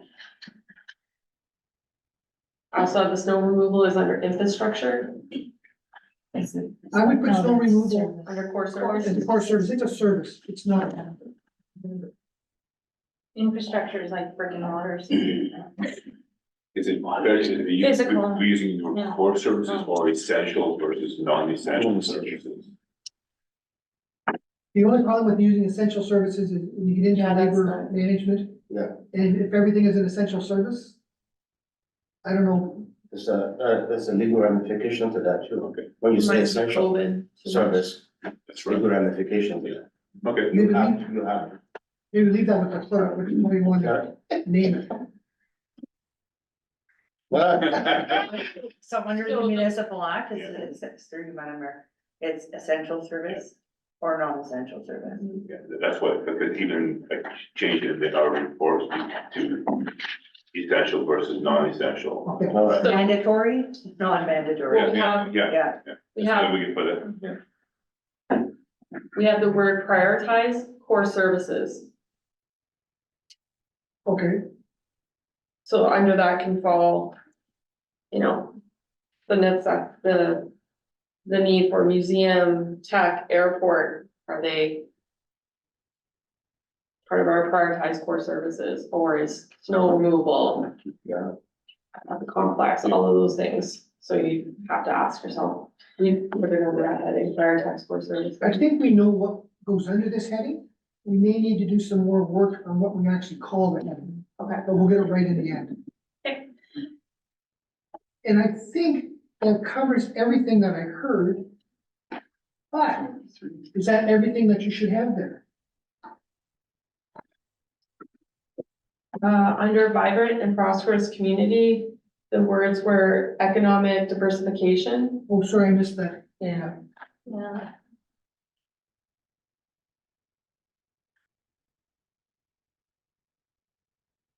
I have a question. Yeah. Ever since I moved here in 1982, economic diversification has been a priority, and it's never happened. So I'm wondering, how much can we do to get economic diversity, and how much is a factor of other economic things that we have no control over? So under that, I would like to see eliminating barriers to business and streamlining processes. That's how we as a town can help with economic diversification. Okay, what barriers do we have now to welcoming businesses? Tax bases, grant programs, any of that stuff that we as a municipality can handle when it comes to economic development. Okay, with our chip program. Yeah, Yeah. Is it? We also have to have space for them to come. Well, yeah. And services that, Yeah, Yeah. and promoting the chamber and, you know, partner, like those partnerships, those. we don't have water. I'm not saying we, Yeah. yeah. And then having an economic development officer and their. But it comes down to the core service. If we can't supply a business in town with water right now, then we can say FedEx or Amazon, whoever, come and build in Kirkland, but if we can't supply you water, then you're not gonna get your occupancy certificate and you're wasting your money. Yeah, yeah. Right now, as the council knows, we are undertaking, we're very, very early stages of our economic development and tourism strategy. We will take a consultant and, we hope to have that plan done by, mentioned to you by end of March-ish. And a number of these topics will be flushed out during that economic diversification. However, having that economic diversification within the strategic plan, this one will help inform the overall umbrella, if you fall under the, it will be prioritized within that plan. If So, you don't have it, then it doesn't justify them doing that work, because it isn't part of the task that we're saying should be done. so I mean, it will address a number of these issues. Yeah, go forward. Go ahead. The only reason I brought it up is, I don't like throwing the thing back in there, and we don't have any mechanism to actually get economic diversity. I mean, I'm saying for 40 years now, it hasn't happened, and every council I've covered, they were working towards it. Well, if it hasn't happened, then we wouldn't have any industry here, so it's happening, but just on small scales. Yeah, that's just. Okay, I think we're getting lost in, the Yeah. parts of the plan instead of the actual planning. So how about we give it to our consultants and move, the discussions forward? Okay, when I look at this, the question, these are all good, these are all very good. But the question that goes through my mind is, you're gonna be a model, good public service. Does this include everything you need to be a model of good public service? No. What are you missing? Well, I'm looking at this in the Port Moody one, and there's nothing about sustainable future. There's nothing about making sure that the community we leave our grandchildren and future generations is still vibrant. It's still, there's still trees here, there's lakes, there's just nothing for that natural environment component of what Kirkland Lake is. That's my opinion. but- Janice? That's interesting. All in place. We don't have a mention of lead with good governance, and we don't have a mention of ensure financial stability, which would fall under sustainable core services. Anything else? Just from a management point of view, right? From a what? From a Oh, management man. point of view, there was a term, one of the groups referred to looking at innovation internally, our processes. I think that's also quite useful. And I just want to mention too, one thing about the struggles we have with retaining and attracting employees, and it's my mission that we do become an employer of choice. So again, the internal, without that staffing, none of this would happen. Employer of choice under sustainable core services? Yes. How do you That's guys feel about that? it's something I'm hoping we can strive towards as a group. You could put it under sustainable core services, it absolutely fits there. I'm thinking if I'm a resident here, I would like to see service excellence somewhere. Maybe you can include it under the others, or maybe you want it as a separate heading. Separate, how did you? I don't know. I'm sorry, I didn't catch that. Yeah, separate. I Separate, think service excellence? More. Service actually. And then you have, yeah, then you have the ability to break down more. If you have service excellence, then I would suggest that's where you put employer of choice. Yeah. Because as our clients tell us, we can't expect the staff to give good service unless we treat the staff well. Yeah, and if you treat the staff well, you become an employer of choice. Yeah, And it's not different from salaries. That's a whole bunch of things that makes people want to come to work in a place and stay in a place. Yeah, I think that technology innovation, Yeah. Like Coburg had employer of choice under their service excellence, they had technology innovation, they had streamlining, processes. I think that's about indulge me in those 2 points.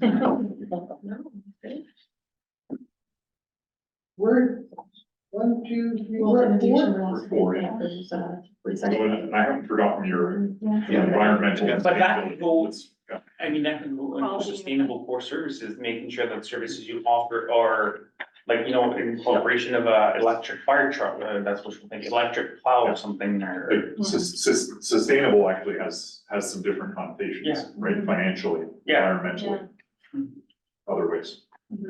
So we talked a little while ago about the balanced scorecard approach. So if you're reading this list of priorities and the little bullets underneath, if you're a resident, you see things in there that are gonna resonate with you. roads, let's face it, everybody, roads and infrastructure is Or is there the something? number one care of.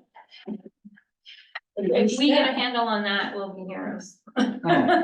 Everything else will be gravy. If your staff, I think under service excellence, you can put things in there that should resonate with staff. Yeah. Process improvement, you can actually fit it under all of those, but especially under service excellence. And sustainability, again, it can fit under all of them, probably sustainable core services is the big one. And they have to be sustainable financially, they have to be sustainable environmentally. Madam Clerk? Going back to the question about core or essential services, I think that it would behoove council to potentially look at their service delivery review to see what the language was involved with that review and base it on that document. So we'll just leave this as sustainable core services in the placeholder, but we'll review it and we'll come back and give the rate. So another one that always comes up, sometimes it's its own category and sometimes it goes under probably service excellence would be communications, right, which, you know, it comes up time and again. I would just sort of make sure it's not forgotten.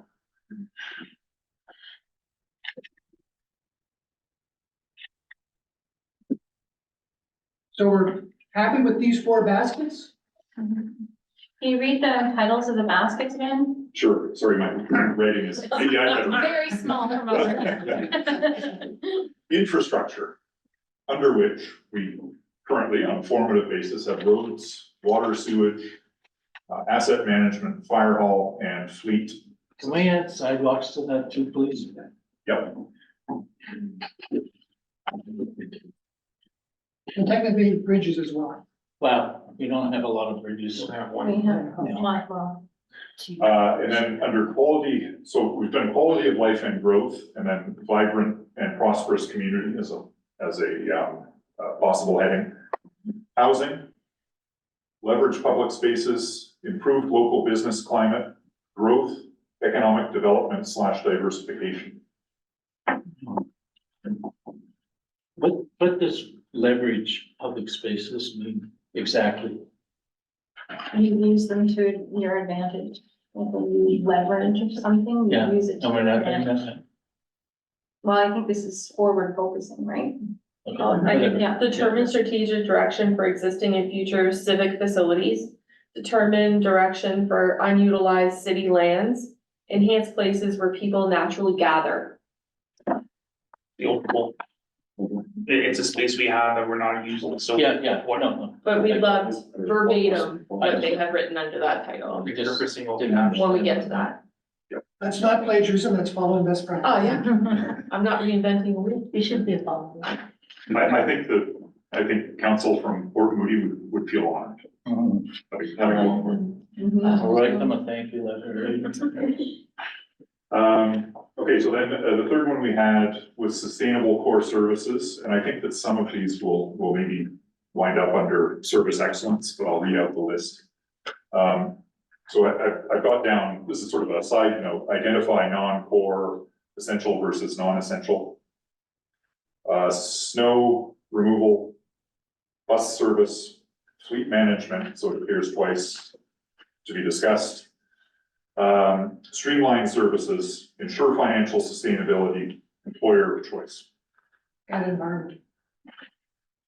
Sorry, under service excellence, employer choice, technology and innovation, streamlining processes, communications. I got streamlining, communication. Streamlining processes, The technology was there too. technology and innovation were together. You're gonna leave that for them, maybe? Yeah, I am. Okay.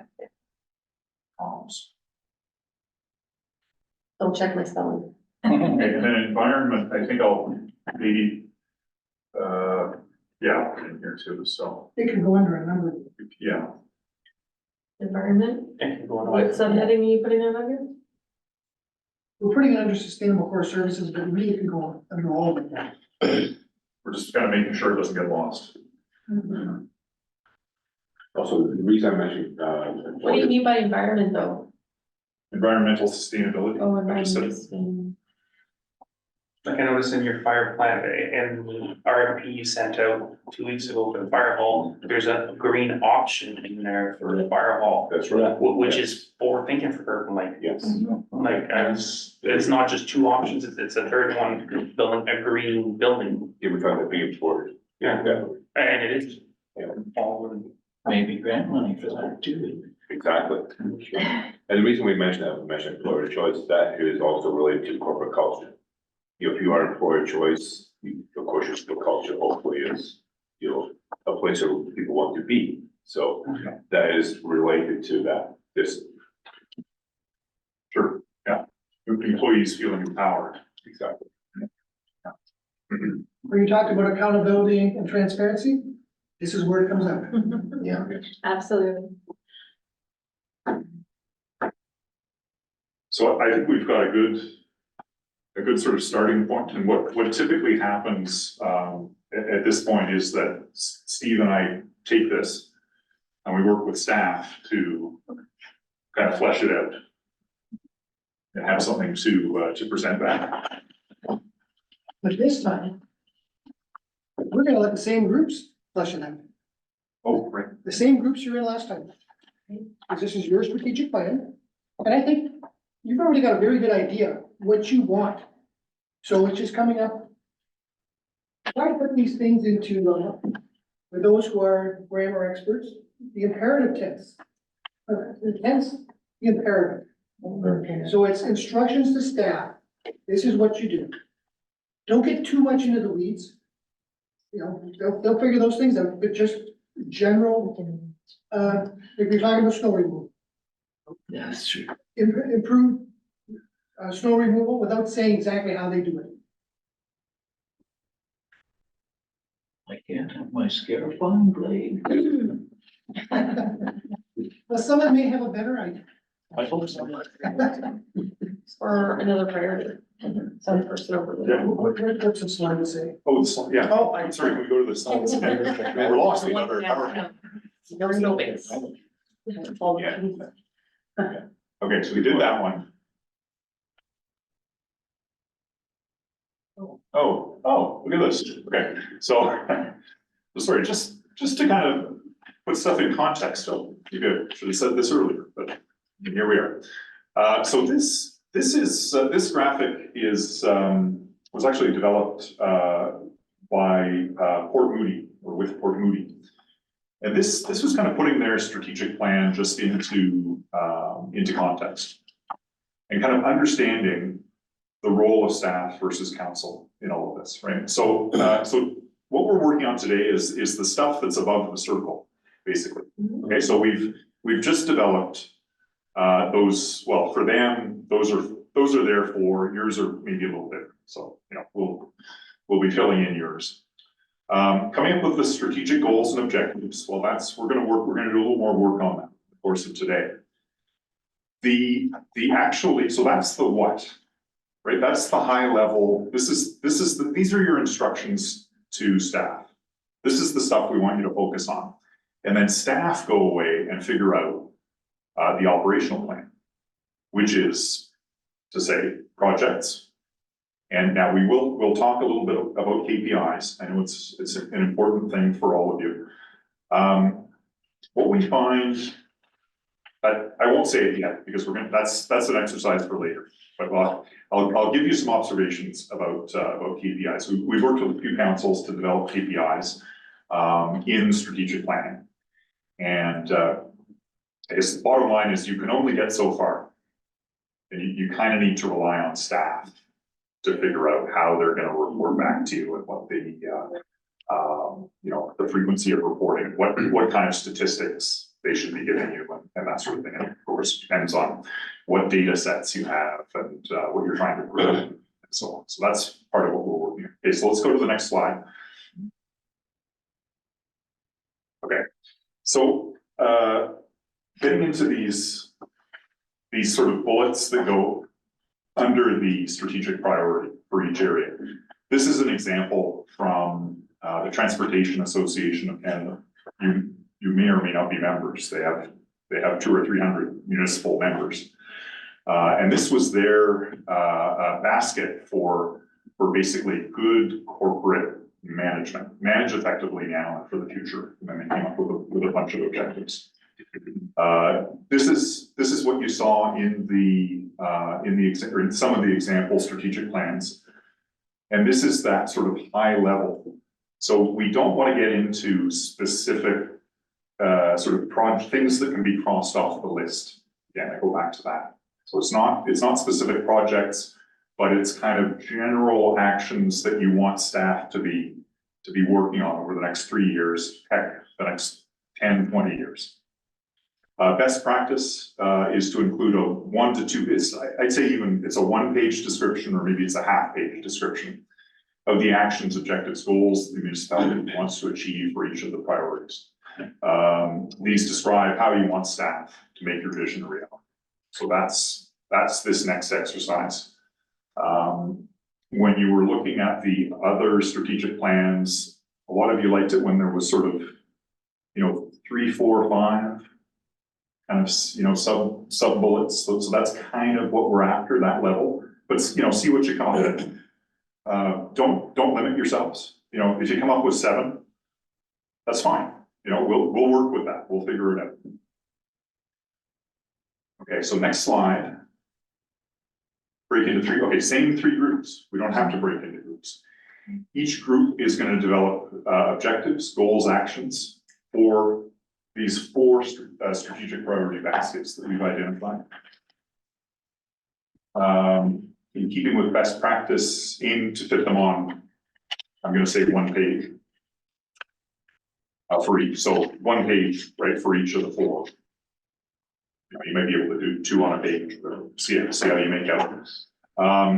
So remember, these are high-level instructions to staff on how you want them to make your vision a reality for the municipality. So we'll spend we'll see how you do with half of it. If you're done early, that's great. If you need a little more time, we can accommodate that. And then we'll have presentations back. Okay, we'll now sit in recess for the next 30 minutes.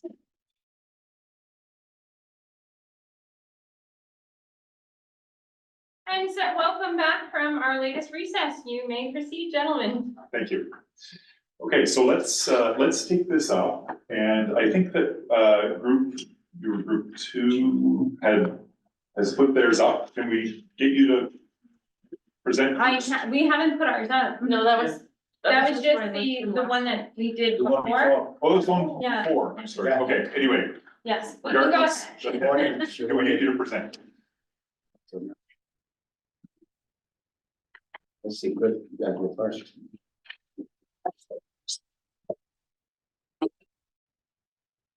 It's gonna be a struggle because we have X amount of pages. Okay. Gotta be both sides. The ear is over.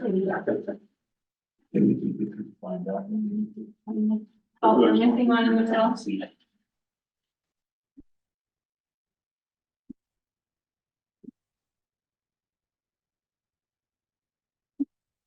There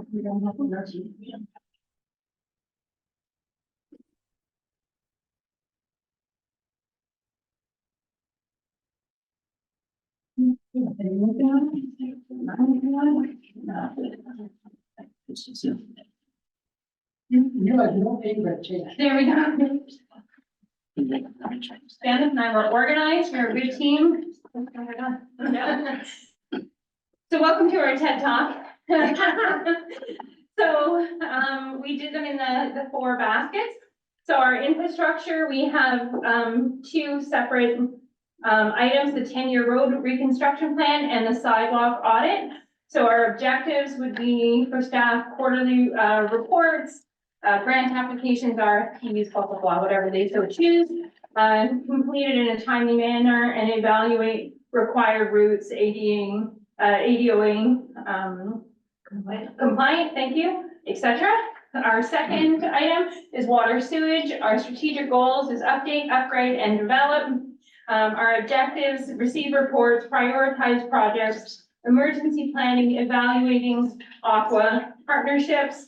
Our item number 3, asset management, fleet fire hall. Strategic goals, complete our projects as outlined.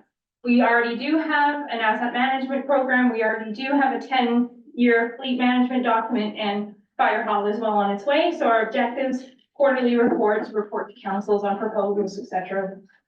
So be it. That was basket number 1. Basket number 2 is vibrant and prosperous community. Housing, our objectives, subdivision plans, grant fundings, embrace the multi-model approach. So it's not just like the wartime houses, it's everything we need. Item number 2 is leverage public spaces, our strategic goals and kind of our objectives. We just stole it completely from Port Moody. Yeah, Did we steal no, it? it's best practices. Yeah, best practice, yeah. So determine strategic direction for future and existing civic facilities, determine direction for unutilized town lands, enhance places where people naturally gather. Item number 3 was improve local business climate, prioritize implementation of economic development master plans, CIPs, and community grants programs. Our third basket is sustainable core services. Our strategic goals is to prioritize core services and investigate service levels. Our objects focus resources on core services, evaluating TPR, museum, airport, etc. Item number 2 is bus services, public transportation, get the consultation. The object is grants, viability, public consultations, and even with agencies and organizations. Item number 3 is lead with good governance. Our strategic goals, maintain, improve efficiency in town processes, technology and communication, understanding roles of staff versus council, and vision to action. Our objectives is ease of use for staff and public, decrease costs, better training, and better education. And finally, oh, I was the one that missed it. So our last basket was service excellent. Strategic goals included being employer of choice, our objective, competitive wages, succession planning, positive work environment, work-life balance, hybrid work models, etc. Item number 2 is technology and innovation. So streamline our processes, both for staff and public, credit card payments at all locations, etc. Item number 3 was communications, our strategic goals, AODA compliance, objectives, all of our forums, media, social media, website have better communication. Internal communications, including report writing, chain of command, delegation of authority, training manuals, are objective to increase consistency throughout the organization, keep public informed of town initiatives, etc. And the last one is community partnerships. We best practice this wording as well. Collaborate with community partners to maintain and enhance our network. So that was all four of the back. And this is what I say. This is what I say to ours. I'm not presenting there after doing that. No. But you were, I tell you. We went through, the objectives. Yeah, And yeah, we do I actions, okay, that's okay. want that plan. Yeah, you can go. Yeah. Good job. We were really, High five. well, no, we put in our best shot at it, you know, but. Okay, don't worry. So, we looked at it very differently because, we didn't get instructions right because we got the objectives and then we had to put actions into the objectives. But then again, we're kind of debating, if we put action to the objectives, are we not really crossing the line to try to tell the staff what to do, right? Yeah. So that's where we really got really stuck in the mud, so to speak, as well. Gee, we said actionize this, but then we're really telling them what to do. Don't worry, Okay, every council struggles with this. that's right, okay. It's normal. Every It's fine. opinion would count. So what we did, we didn't go through all of this, my apology, because, somebody, spent more time asking about other questions, but that's fine. I started. So my every time was lost, trying to find out other stuff, but that's fine, we give it our best shot. This is the way I see it, under infrastructure, we look at it, what is the, our objectives, the objective is actually to provide adequate maintenance for roads. When we talk about adequate maintenance for roads, people really, instinctively think there has to be winter roads. No, there are other things that you could do in the summertime, you know, if you have a depressed manhole, or you have a tree fall on the road, highway, or something like that, well, how is that gonna be taken care of? People will complain about that too, all of a sudden a fire hydrant, get excited and move water all over the road and that, so we look at that, in that fashion, that road maintenance and, emergency road work, how do we do that? And then, of course, the snow clearing, one is more than 5 centimeters. So the action that we put to this is to say that anytime there's an emergency road work, we're gonna have to provide a policy in place to assure the public that it will be attended to in a timely fashion. Well, of course, for the snow removal, that's known, that's standard because it's all published. You know, if you're more than 5 centimeters, the road will be plowed. So then we move on to the next one, say asset management. So again, what we did here is to, we said, to really make the, rehabilitation or replacement of water and sewer pipe, you have to have a very robust asset management. You have to have that because that is your reference baseline.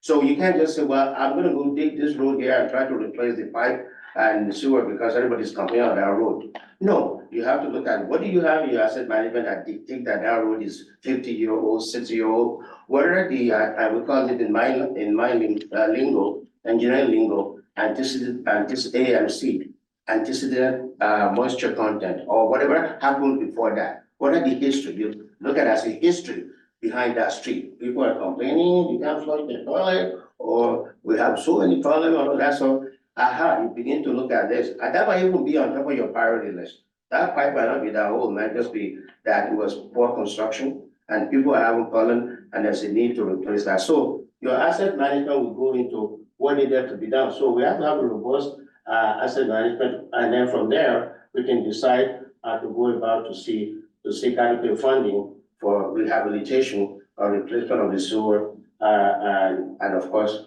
the water pipes. I'll always say when you're there to do the sewer, because they're in the same hole, basically, you might as well do the two, and then you're paving. So again, we combine this with the asset management too. Again, we need an audit, or we need an assessment of some of our buildings. It's not really municipal infrastructure that's very underground. You gotta look at all your buildings too. Actually, we've been talking about this city hall, see how long this has been here. I mean, you start to spend a lot of money on buildings, and then it comes to a point whereby you have to say, well, what do I do now? And then again, this conversation really include our fire hall, because that's how we come to the conclusion that, well, the fire hall has to be replaced. So we look at it and say, what is our objective? Well, perform an ongoing evaluation of all our buildings, and what is the action that will be needed? Where action that will be needed is to prioritize and secure funding for eventual replacement of such a structure. Okay? So, and then we went to the fleet management, again, create a robust fleet management plan. Again, we want this to, the action part of that would be to utilize, modern day contemporary technology. You know, and we told something like Zona, I don't know what that is, but, GPS track. yeah, a GPS, like, you suggested, to track them again. I know we've been trying to, over the years, to come up with, fleet management here and there. We haven't got that. Again, this is very good for a small business like me, you know, I don't have a lot of vehicles, maybe 16 vehicles. But I tell you one thing, that's very helpful because you can have to see which one needs to be replaced and when you have to replace them. Of course, because you can see the mileage, you can see a lot of repairs I've done to it. Again, once you have that asset management, then you begin to create some sort of maybe funding or put money aside. You know that's going to be coming due in whatever year that will be. So we look at it like that. Well, then we move on to, we didn't do everything on all those baskets. We just pick the ones that time allows us to do. So we went to the quality of life and growth. Again, this one has a growth in it. So, well, we have to have best policy that will result in growth that will meet all of our needs. Okay, and provide services and access to quality indoor and outdoor amenities. So the way we have this is that as we said, the growth of the community itself will depend on the quality of life that is in the community. Simple. So we're saying, well, if we have services, those services must be very robust, either indoor or outdoor. I know my daughter just came back from London, and the first thing I asked, got on the plane, do they have yoga at the complex? Because I'm going next week. So those are these, I don't know, maybe there is, maybe there's not, so I'm not into yoga, but you gotta find out from them. So those are the things that are really mean a lot to people when they live in the community. They have a eclectic mix of things that they could do after work. So we dwell on that, and then we dwell on the outdoor stuff such as bike, snowmobile trail, bike trails, skidoo trails and all of that stuff. And again, what are the action part of this is to expand the existing one, because the way we look at it as a guy, we just put the objective and the action. How do we do it? How do we accomplish that? Well, we're gonna try to expand the existing trail system to make sure that they're compatible with whatever respective specification or standard that are out there. And then, of course, diversify of mix of programs on demand for all ages. That would be some of the indoor programs we have at the complex. And the next one, housing. Well, the objective is to really strive to establish more affordable housing, which has really been an issue nowadays. It doesn't matter where you live, because the government is bringing a lot of new people. We need a place for them to stay. So we have to keep an eye on making sure that we tap into a level of funding that may be out there for housing. Okay, it's not a matter of just saying, well, we need the housing, but how do we get to it? And then again, this is so important too, because we should be having some of the stuff that are shovel ready. So we don't build houses. That's not our core business. Municipality, we don't build houses, but we have to make the condition tenable for people to build houses. So the developers will come to the town. I want to build it in an industrial park. Oh, sorry, we don't have the land for you. If you have the land, well, we don't have water and sewer for you. So what good is that? So we got to figure out, what do we do? Who does what? And whatever it is that we have to do to ease that developer's pain, then that's what we need to do. Which goes to this last process here. Again, I'm proud of front row seat to see some of this thing here. We are an engineering company. We need to have simplification of application process for developers, even for homeowners too. Because some of this process, some of them will be very cumbersome and full of jargons, and they go around the block and whatnot. People just want to build a house, okay? I don't want to be reading all this volume 1, volume 2 of a building process. So that's something that we can really say, this is with the action part of it. We want people to come to town, where any roadblocks that are in your way in developing, whatever you want to do, which on our part, we take that away. I'm not saying we should really break the law or do what we don't need to do, but there are a lot of things that you should do to make sure that things will move a little faster, either, okay, well, we're gonna get this done for you in 5 days. Not be more than 5 days, that's it, I'm gonna start there and say, we're gonna do this, how many days? It's 5 days. Okay, I rely on that 5 days, that's all there is to it. So, and the last one here, I'm trying to, that we did was, this is, the highlighting here, we talked about climate. We're gonna talk about this last one here. This, that was you, Oh, yeah, this is, again, This is climate. yeah, this one also have to apply to this business climate, I think I've said that again. We have to try to simplify the process for businesses coming to town, and they have to get a quick turnaround on whatever request that they have. So this is how we presented ours, and I think so far is the best one. Thank you. I think it's in the top two. Somebody is not happy. Okay. Remember what you are. Group other? I can't remember what number you Okay, then you won't remember what we said. You're gonna steal some words from Councilor Chava. We did our best. Let me start with the first, because I wrote and I made a mess, so, come on. No, I don't need to be there.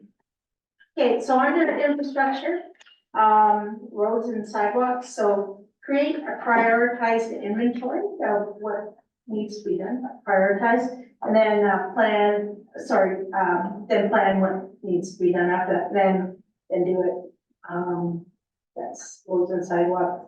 I'll do the next one. Then.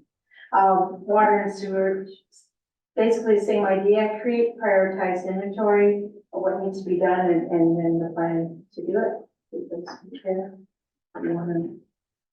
Asset management, basically, we have one in place, it's, abide by it and continue to update and report to council on a timely basis.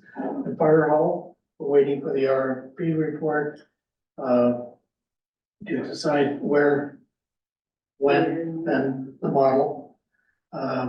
Fleet management plan, review and update, report to council. We need more than renewal, we need a new fleet management plan, we don't have one. Quality of life and growth. Housing, create an inventory of all possible subdivision development areas. Surplus land and possible surplus land. Leverage public spaces. Locate inventory of public spaces and generate ideas of use possibilities to provide report to council. Improved local business climate. Work in partnership with the Chamber of Commerce and other groups. Continue to push for growth. Economic development, 3-year plan to draw businesses and reorganize reorganize the CIP. CIP doesn't cover all areas of coverage for the town. So sustainable core services, basically, I don't know if it's like, for me, new on council, I'm not sure what are essential and what are non-essential services. I don't know if we have it written out somewhere. I think it was mentioned before, just review TPR, the airport museum, snow. I think it's like the Toyota model, the continuous improvement, right? Bit by bit. The bus service, of course, relates directly to quality of life and economic health of the community as well. So, possibly pursue funding to pay for the hiring of I don't know what it's called, transportation consultant or whatever, just as a first step, and it doesn't cost us anything, and we'll see where we're at that point. Fleet management, we already mentioned that, and then. Do you want to continue on the streamline? Fleet, we've already covered. Streamline the process, renew current staffing levels, ensure financial sustainability, provide quarterly updates on financial budget, reporting mechanisms for other initiatives, example tax and arrears.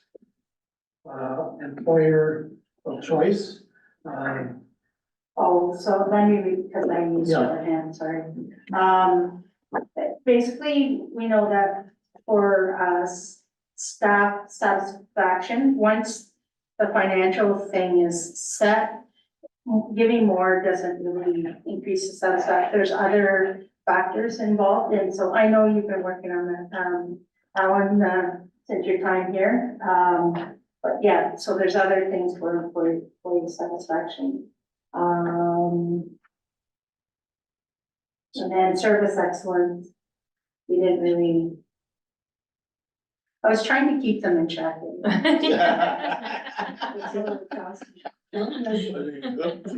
I surrender. I'm gonna mention review of TPR, because in the last council, we talked about, looking at putting an extension on, the building and making it more viable financially. Also, the possible sale, we had an interested party, which was a good thing we never went that route.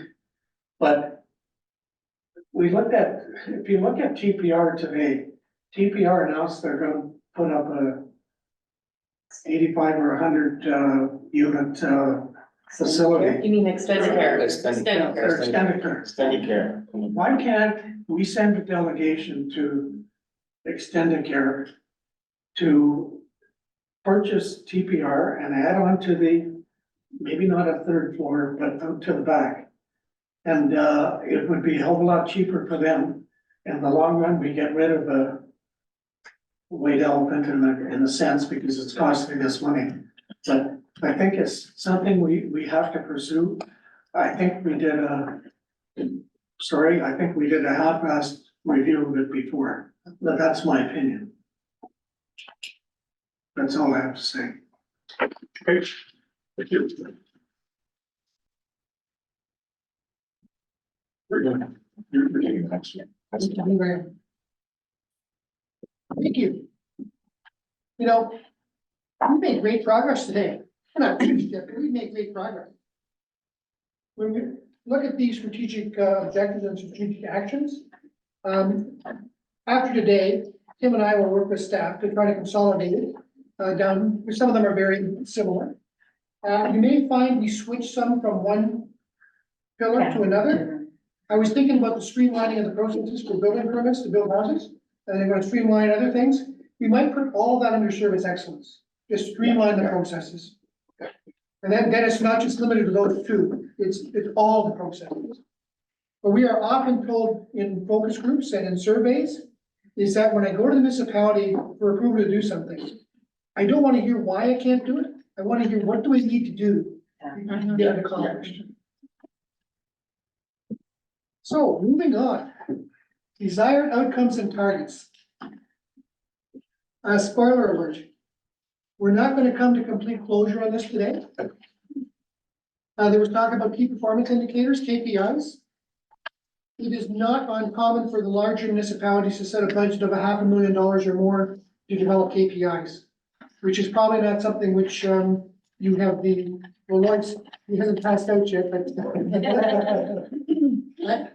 I don't think you want to spend that much money on it.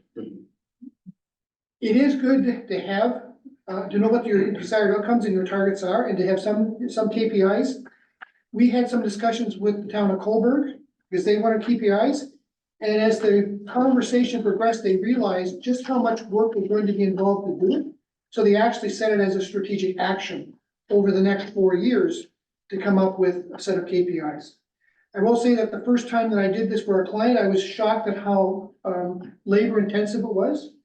Because as you work through everything, and somebody mentioned continuous improvement at Toyota, in order to have continuous improvement, you have to actually know what your benchmark is today. And quite often you don't know what your existing benchmark is. So this is just sort of a general discussion of what you should be looking for, that for every thing that you want to measure, you have to have a target. which means you have to know what the benchmark is. And you have to have a way to collect that data that's easy. If you create a whole lot of work where you've got to hire extra staff to measure what's happening, it's counterproductive. So you have to come up with a measure and a target that is going to be relatively easy to measure, that does not take a lot of labor, a lot of time. Have to agree on a data source. Some of you are in the education sector. So how many students do you have in Northern College? Well, it depends. Is it the first day of class?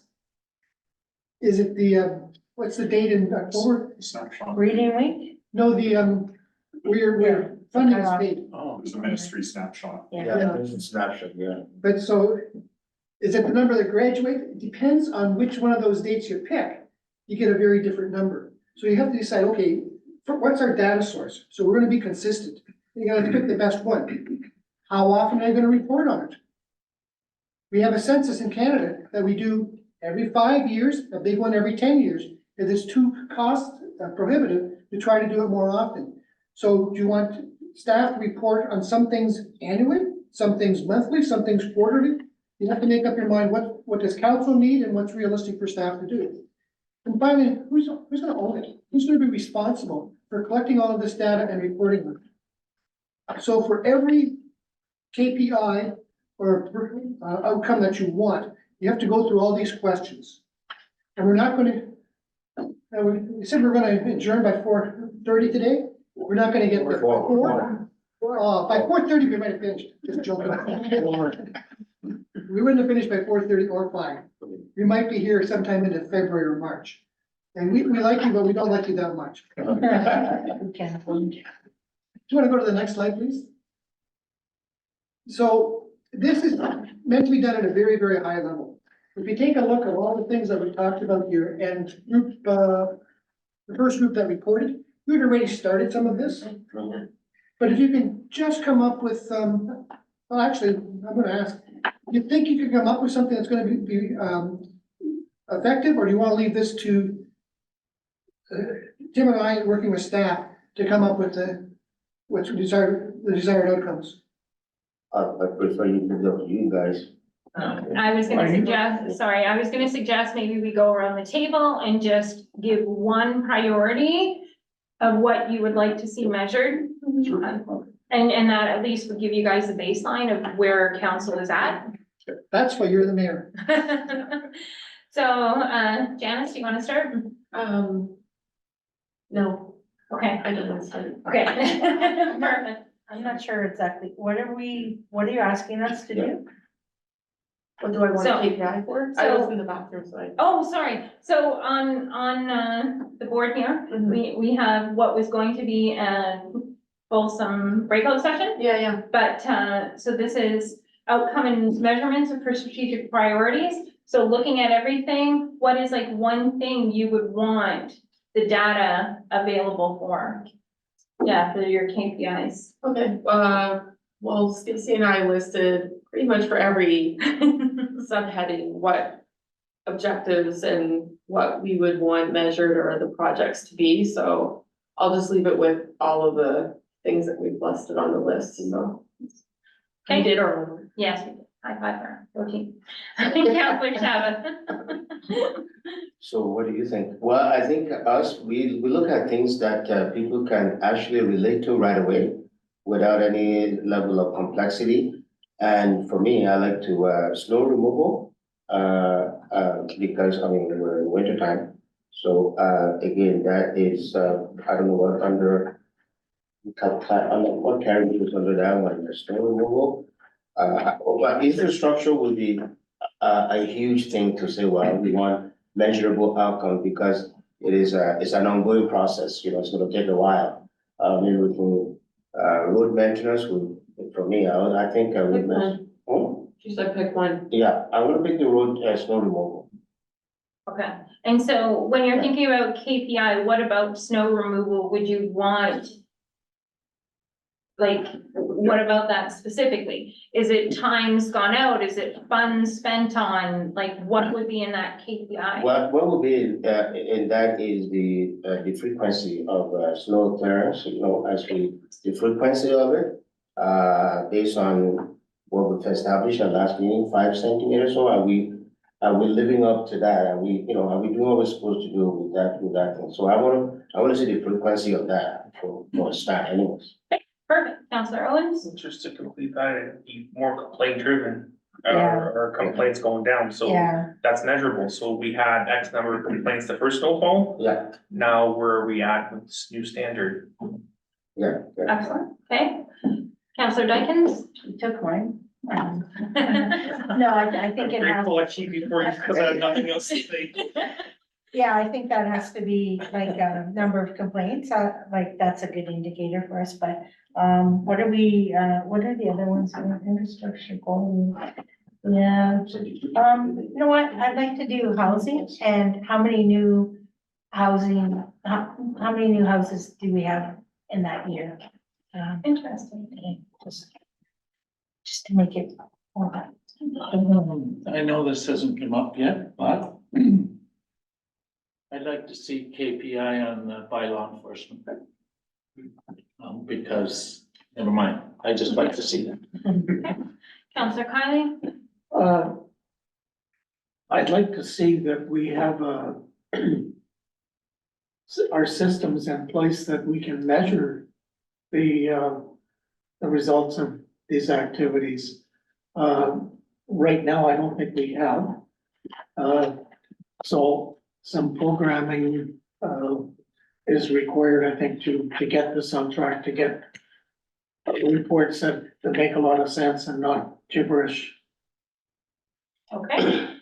Like Counselor Ranger, I think we wrote a TED talk, so we were very, we kind of laid it all out, but my priority is definitely, as far as infrastructure goes, when projects are laid out in the 10-year road reconstruction plan, having, a KPI of, what was scheduled versus what was delivered by end of year. I think that's a good snapshot of where we'll be in our asset management plan moving forward. Okay. Yeah. Probably a couple of council meetings ago, we brought a report forward that had the KPIs, operational KPIs. And that was our first attempt at it. So we'll be building on that, so then we can start to compare one quarter to the other quarter. I think we did have some stats on bylaw, but we're looking to expand upon that. That was really our first kick of the can was on that. And so Stephanie's going to be bringing those reports on a quarterly basis. And again, we do plan to add to that, operational wise, of course, those ones are operational. We also will be incorporating the KPIs that are developed that reflect the strategic initiatives of council. So, and in the departmental plans, we will have KPIs which will reflect how we're doing, meeting those strategic initiatives. So you're going to get more of that coming. Okay, so again, we just sort of started that, and you mentioned who's going to do that work, and I can tell you that pulling all information together for that one council report a couple of council years ago was a lot of work. So there is, to speak to Steve's point, it can be labor intensive doing that, but it definitely worthwhile undertaking because of what it reflects on this power. Maybe I'll just add quickly, and actually I see Steve has it up on his screen. We should have done a slide of it, but you're not the only municipality to think about benchmarking, metrics, performance indicators. There are a lot of, there's been a lot of work done in this area. One of the initiatives that we have used is called the OMBI, Ontario Municipal Benchmarking Initiative. It was done out of Queen's University it was around 2008 or 2010, or thereabouts. And they did some sort of big thinking about what the categories are and some of the potential benchmarks. That's part of what we'll be discussing with staff tomorrow. And we've got a long, well, it's not long, so we've got a 4-page document that includes a list of, can't remember how many, 116 different sort of potential, sort of benchmarks that you can consider using. But some of the ones that are very commonly used would be resident satisfaction surveys. Okay, so we've just done one, the survey is actually still open. Well, you know, that is a benchmark now, right? So you can say, as of 2023, you know, this was our satisfaction level. Well, okay, so we'll check it next year, and is it better or worse? So that's one. Another one would be staff satisfaction survey. So I don't know how recently, whether you've done that. That's another possibility. Yeah, we are planning in the new year to do a staff engagement survey. Right, so, and that'll be very detailed, and depending upon what we receive, then we will develop actions and plans around the feedback we get. So, I know we had a survey for this study, to the staff, but the staff engagement will go much great detail about many, aspects of the corporation, get staff feedback. Will that be done electronically, like, you know, do it by paper? That's, I think we will be electronically, and staff will probably be paper copies available. Yeah, if all of required. our stuff. Because not all staff have access, like through an email or corporate email, so we'll have. But again, we're in the initial stage of actually doing a draft survey for that, and we do hope to get that going in early in the new year. And how often do you plan to do that? I would say we haven't actually come to that point, but it might be a yearly or maybe every other year, but we're still in the planning stages for that right now. But Okay, that's an important aspect. That's what's going to also help inform what we have to do to become that employer of choice, to help improve our corporate culture. Because as I said before, and various talks I've given, and you know, culture eats strategy for breakfast all the time. So if you don't have good corporate culture, all these great plans, it's gonna be tough to do. Well, as Tim mentioned, he's got a 4-page, single-spaced list of possible KPIs. So when we meet with staff and look through and figure out which ones are going to be the easiest and the most, the quickest that you can come up with for the strategic priorities that you have, which ones are gonna work best for the operational priorities, and it's not gonna be all 4 pages of them, it's gonna be a select number. You're probably all aware that Rome was not built in a day. If it had been, we all would hire the same contractor. You're not gonna get your complete performance management system in place in a day either, it's gonna take some time. And we'll talk with staff as well about how to phase it in. So you've got something to start with and others that you'll phase in over time. Next slide, please. Oh, we're already there. Now, I know that this is primarily council who's speaking, but we have a few representatives of staff here. I don't want to put you on the spot too much. We can discuss this more when we meet tomorrow. But are there any early warning signs of particularly what we discussed about this afternoon, that you're looking at and saying, we do not have the capacity to do this? You mentioned about Tech Pioneer residents. I used to manage a couple of long-term care homes. And I know how labor intensive it is for human resources. So when I interviewed your manager of human resources, I asked her, she spends over half her time on TPR. So it's not just what you see in your budget in terms of the operating loss, it's what does it demand for staff? So you're using up over half your capacity in HR. And I also know how much the reporting is for the Ministry of Health and Long-Term Care. So I'm sure in the finance department, there's also a massive amount of work that's required. So when you add these other activities, other operations into what you do, it's not just what you see on your budget in terms of the operating costs. It's also the staff time. Yeah, and from a management point of view, I think, excellent points were raised. And, I'm glad to see the recognition that infrastructure is a key. And be very transparent, it's gonna take many millions of dollars to fix this issue.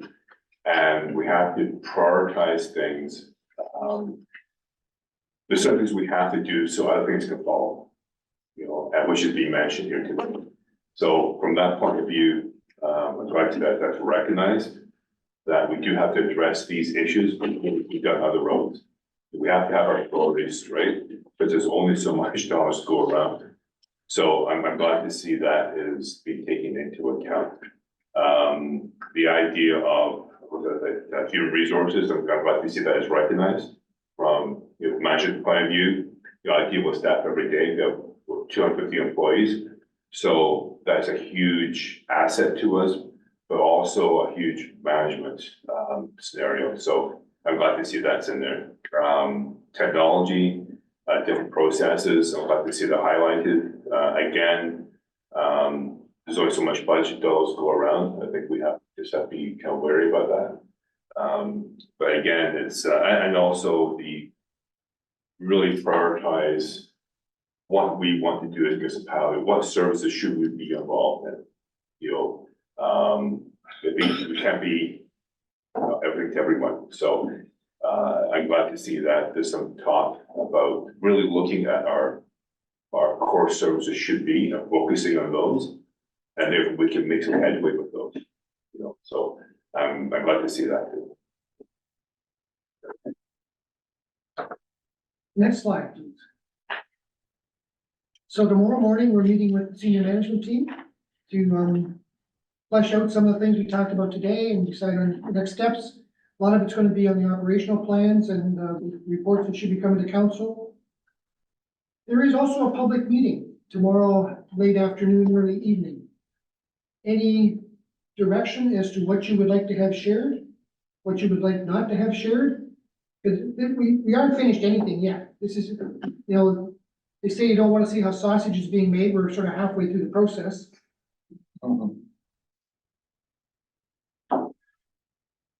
I think for my part, I do believe in that transparency that we were talking about. That, yeah, I don't believe that there's anything really, that's gonna come as a shock, from what you provided to council today. I believe that in general, the community itself would be aware of these issues as well. So I think you can be as fulsome as you choose in your presentation tomorrow evening. That makes it very easy and very straightforward. Thank you. My only comment, our public meetings, it's always been a sore point with this council for sure. The turnout, I don't want to be pessimistic, but I think we'll be lucky if we get 10 people. Yeah, I was gonna say. There's lots of bitching and complaining goes on during the year, mostly on taxes and whatnot, but when it comes to show up and discuss possibilities in the community, they're no show. It's very disappointing. I don't know what we can do to make it better. But it's always been a sore point with this council. That is not unique to Kirkland Lake. We find public meetings are very poorly attended across the province. That 10 is maybe a little bit ambitious. Yeah, I was gonna say. Where the other. That's what we say to each other too. Yeah. Yeah, it's, I agree with, Councilor Kylie there. Everybody probably know that, nowadays, people are more or less, stick around, within their comfort zone. That being the social media, people seem to have a lot to say about everything, on the face of the planet, but then when it's time for them to, show up to something that will happen tomorrow, we won't see them. So I'm not sure, maybe, I'm not sure about the dictate of the municipal act. So is it, something that's possible for people to join in online, or they have to be physically here to attend the meeting? Because, the fact of the matter is that people are very comfortable doing things, well, especially after COVID now. People wanna work from home, work online, or that's what it is. I don't know, but the municipal have preclude staff, for people from, they weren't joining from, online, or is that, I don't know. Yeah, as, I'll allow Madam Clerk to Oh, yeah, respond yeah, to sorry, that. I didn't know that, maybe it is, That's pretty good, Madam Mayor, told council. So, it's been a custom since, I started at the municipality. Yeah. And obviously because, we are doing hybrid meetings, that we allow for anybody who wants to come to a public meeting Yeah. to participate electronically. The only caveat is they have to contact me so they can get access to the Zoom or the meeting credentials to be able to participate electronically. Yeah, okay. We do publish, so everybody's aware, we do publish in municipal update on the daily radio broadcasts, on the website and on all of our social media feeds. So our public meetings are very well, Oh, yeah. communicated. I know, thank you. We will also write up a summary report of what was discussed today. I think that'll be interim report number 3. Although we also have to do a more detailed analysis of the online survey, which is still open. So after we close it, and we recommended leaving it open until after the public meeting, because it sometimes, stirs up more interest. We can get some more Yeah. responses. Good But, idea. after we close it, we'll do a detailed analysis, give you the full report. And there's also a couple more focus groups that were not completed because of scheduling with, the participants. So you're gonna, sort of a supplementary, report on that as well. And as I mentioned earlier, at the end of this, you're gonna get a final report which will have everything in one document for ease of reference. And you also get a nice, short, glossy strategic plan, but you'll see it in draft. For you to have another review and make any comments and suggestions or direction for changes. Then we'll come back with those changes made for final approval. Any questions about where we're going over the next few weeks? Well, I know you're disappointed if we finish early, but, Oh, I'm not. That was your plan. thank you very much. You've been great today. Very, very productive. Much appreciated. Thank you very much, gentlemen. Okay, we're going to go back into, regular council minutes, so. Yeah. Agenda will be quick. Okay, item number 4.1, there is a resolution. Moved by Councillor Rick Owen, seconded by Councillor Dolly Dykens. Be it resolved the council receive the information stemming from the strategic plan workshop for information purposes. All in favor? Opposed? None noted. Item carried unanimous. Item number 5.1, bylaw number 23-0181. Moved by Councillor Janice Ranger, seconded by Councillor Pat Kiley. Be it resolved that the following bylaw be read, numbered, passed, signed by the mayor, municipal clerk, and the seal of incorporation be affixed thereto. Bylaw number 2381 being a bylaw to confirm the proceedings of council at its special meeting held Sunday, December 17th, 2023. All in favor? Opposed? None noted. Item carried unanimous. Item number 6, adjournment. Moved by Councillor Dolly Dyken, seconded by Councillor Rick Owen. Be it resolved that the special meeting of council will now adjourn at 3:20 p.m. All in favor? Opposed? None noted. Item carried unanimous. We are adjourned.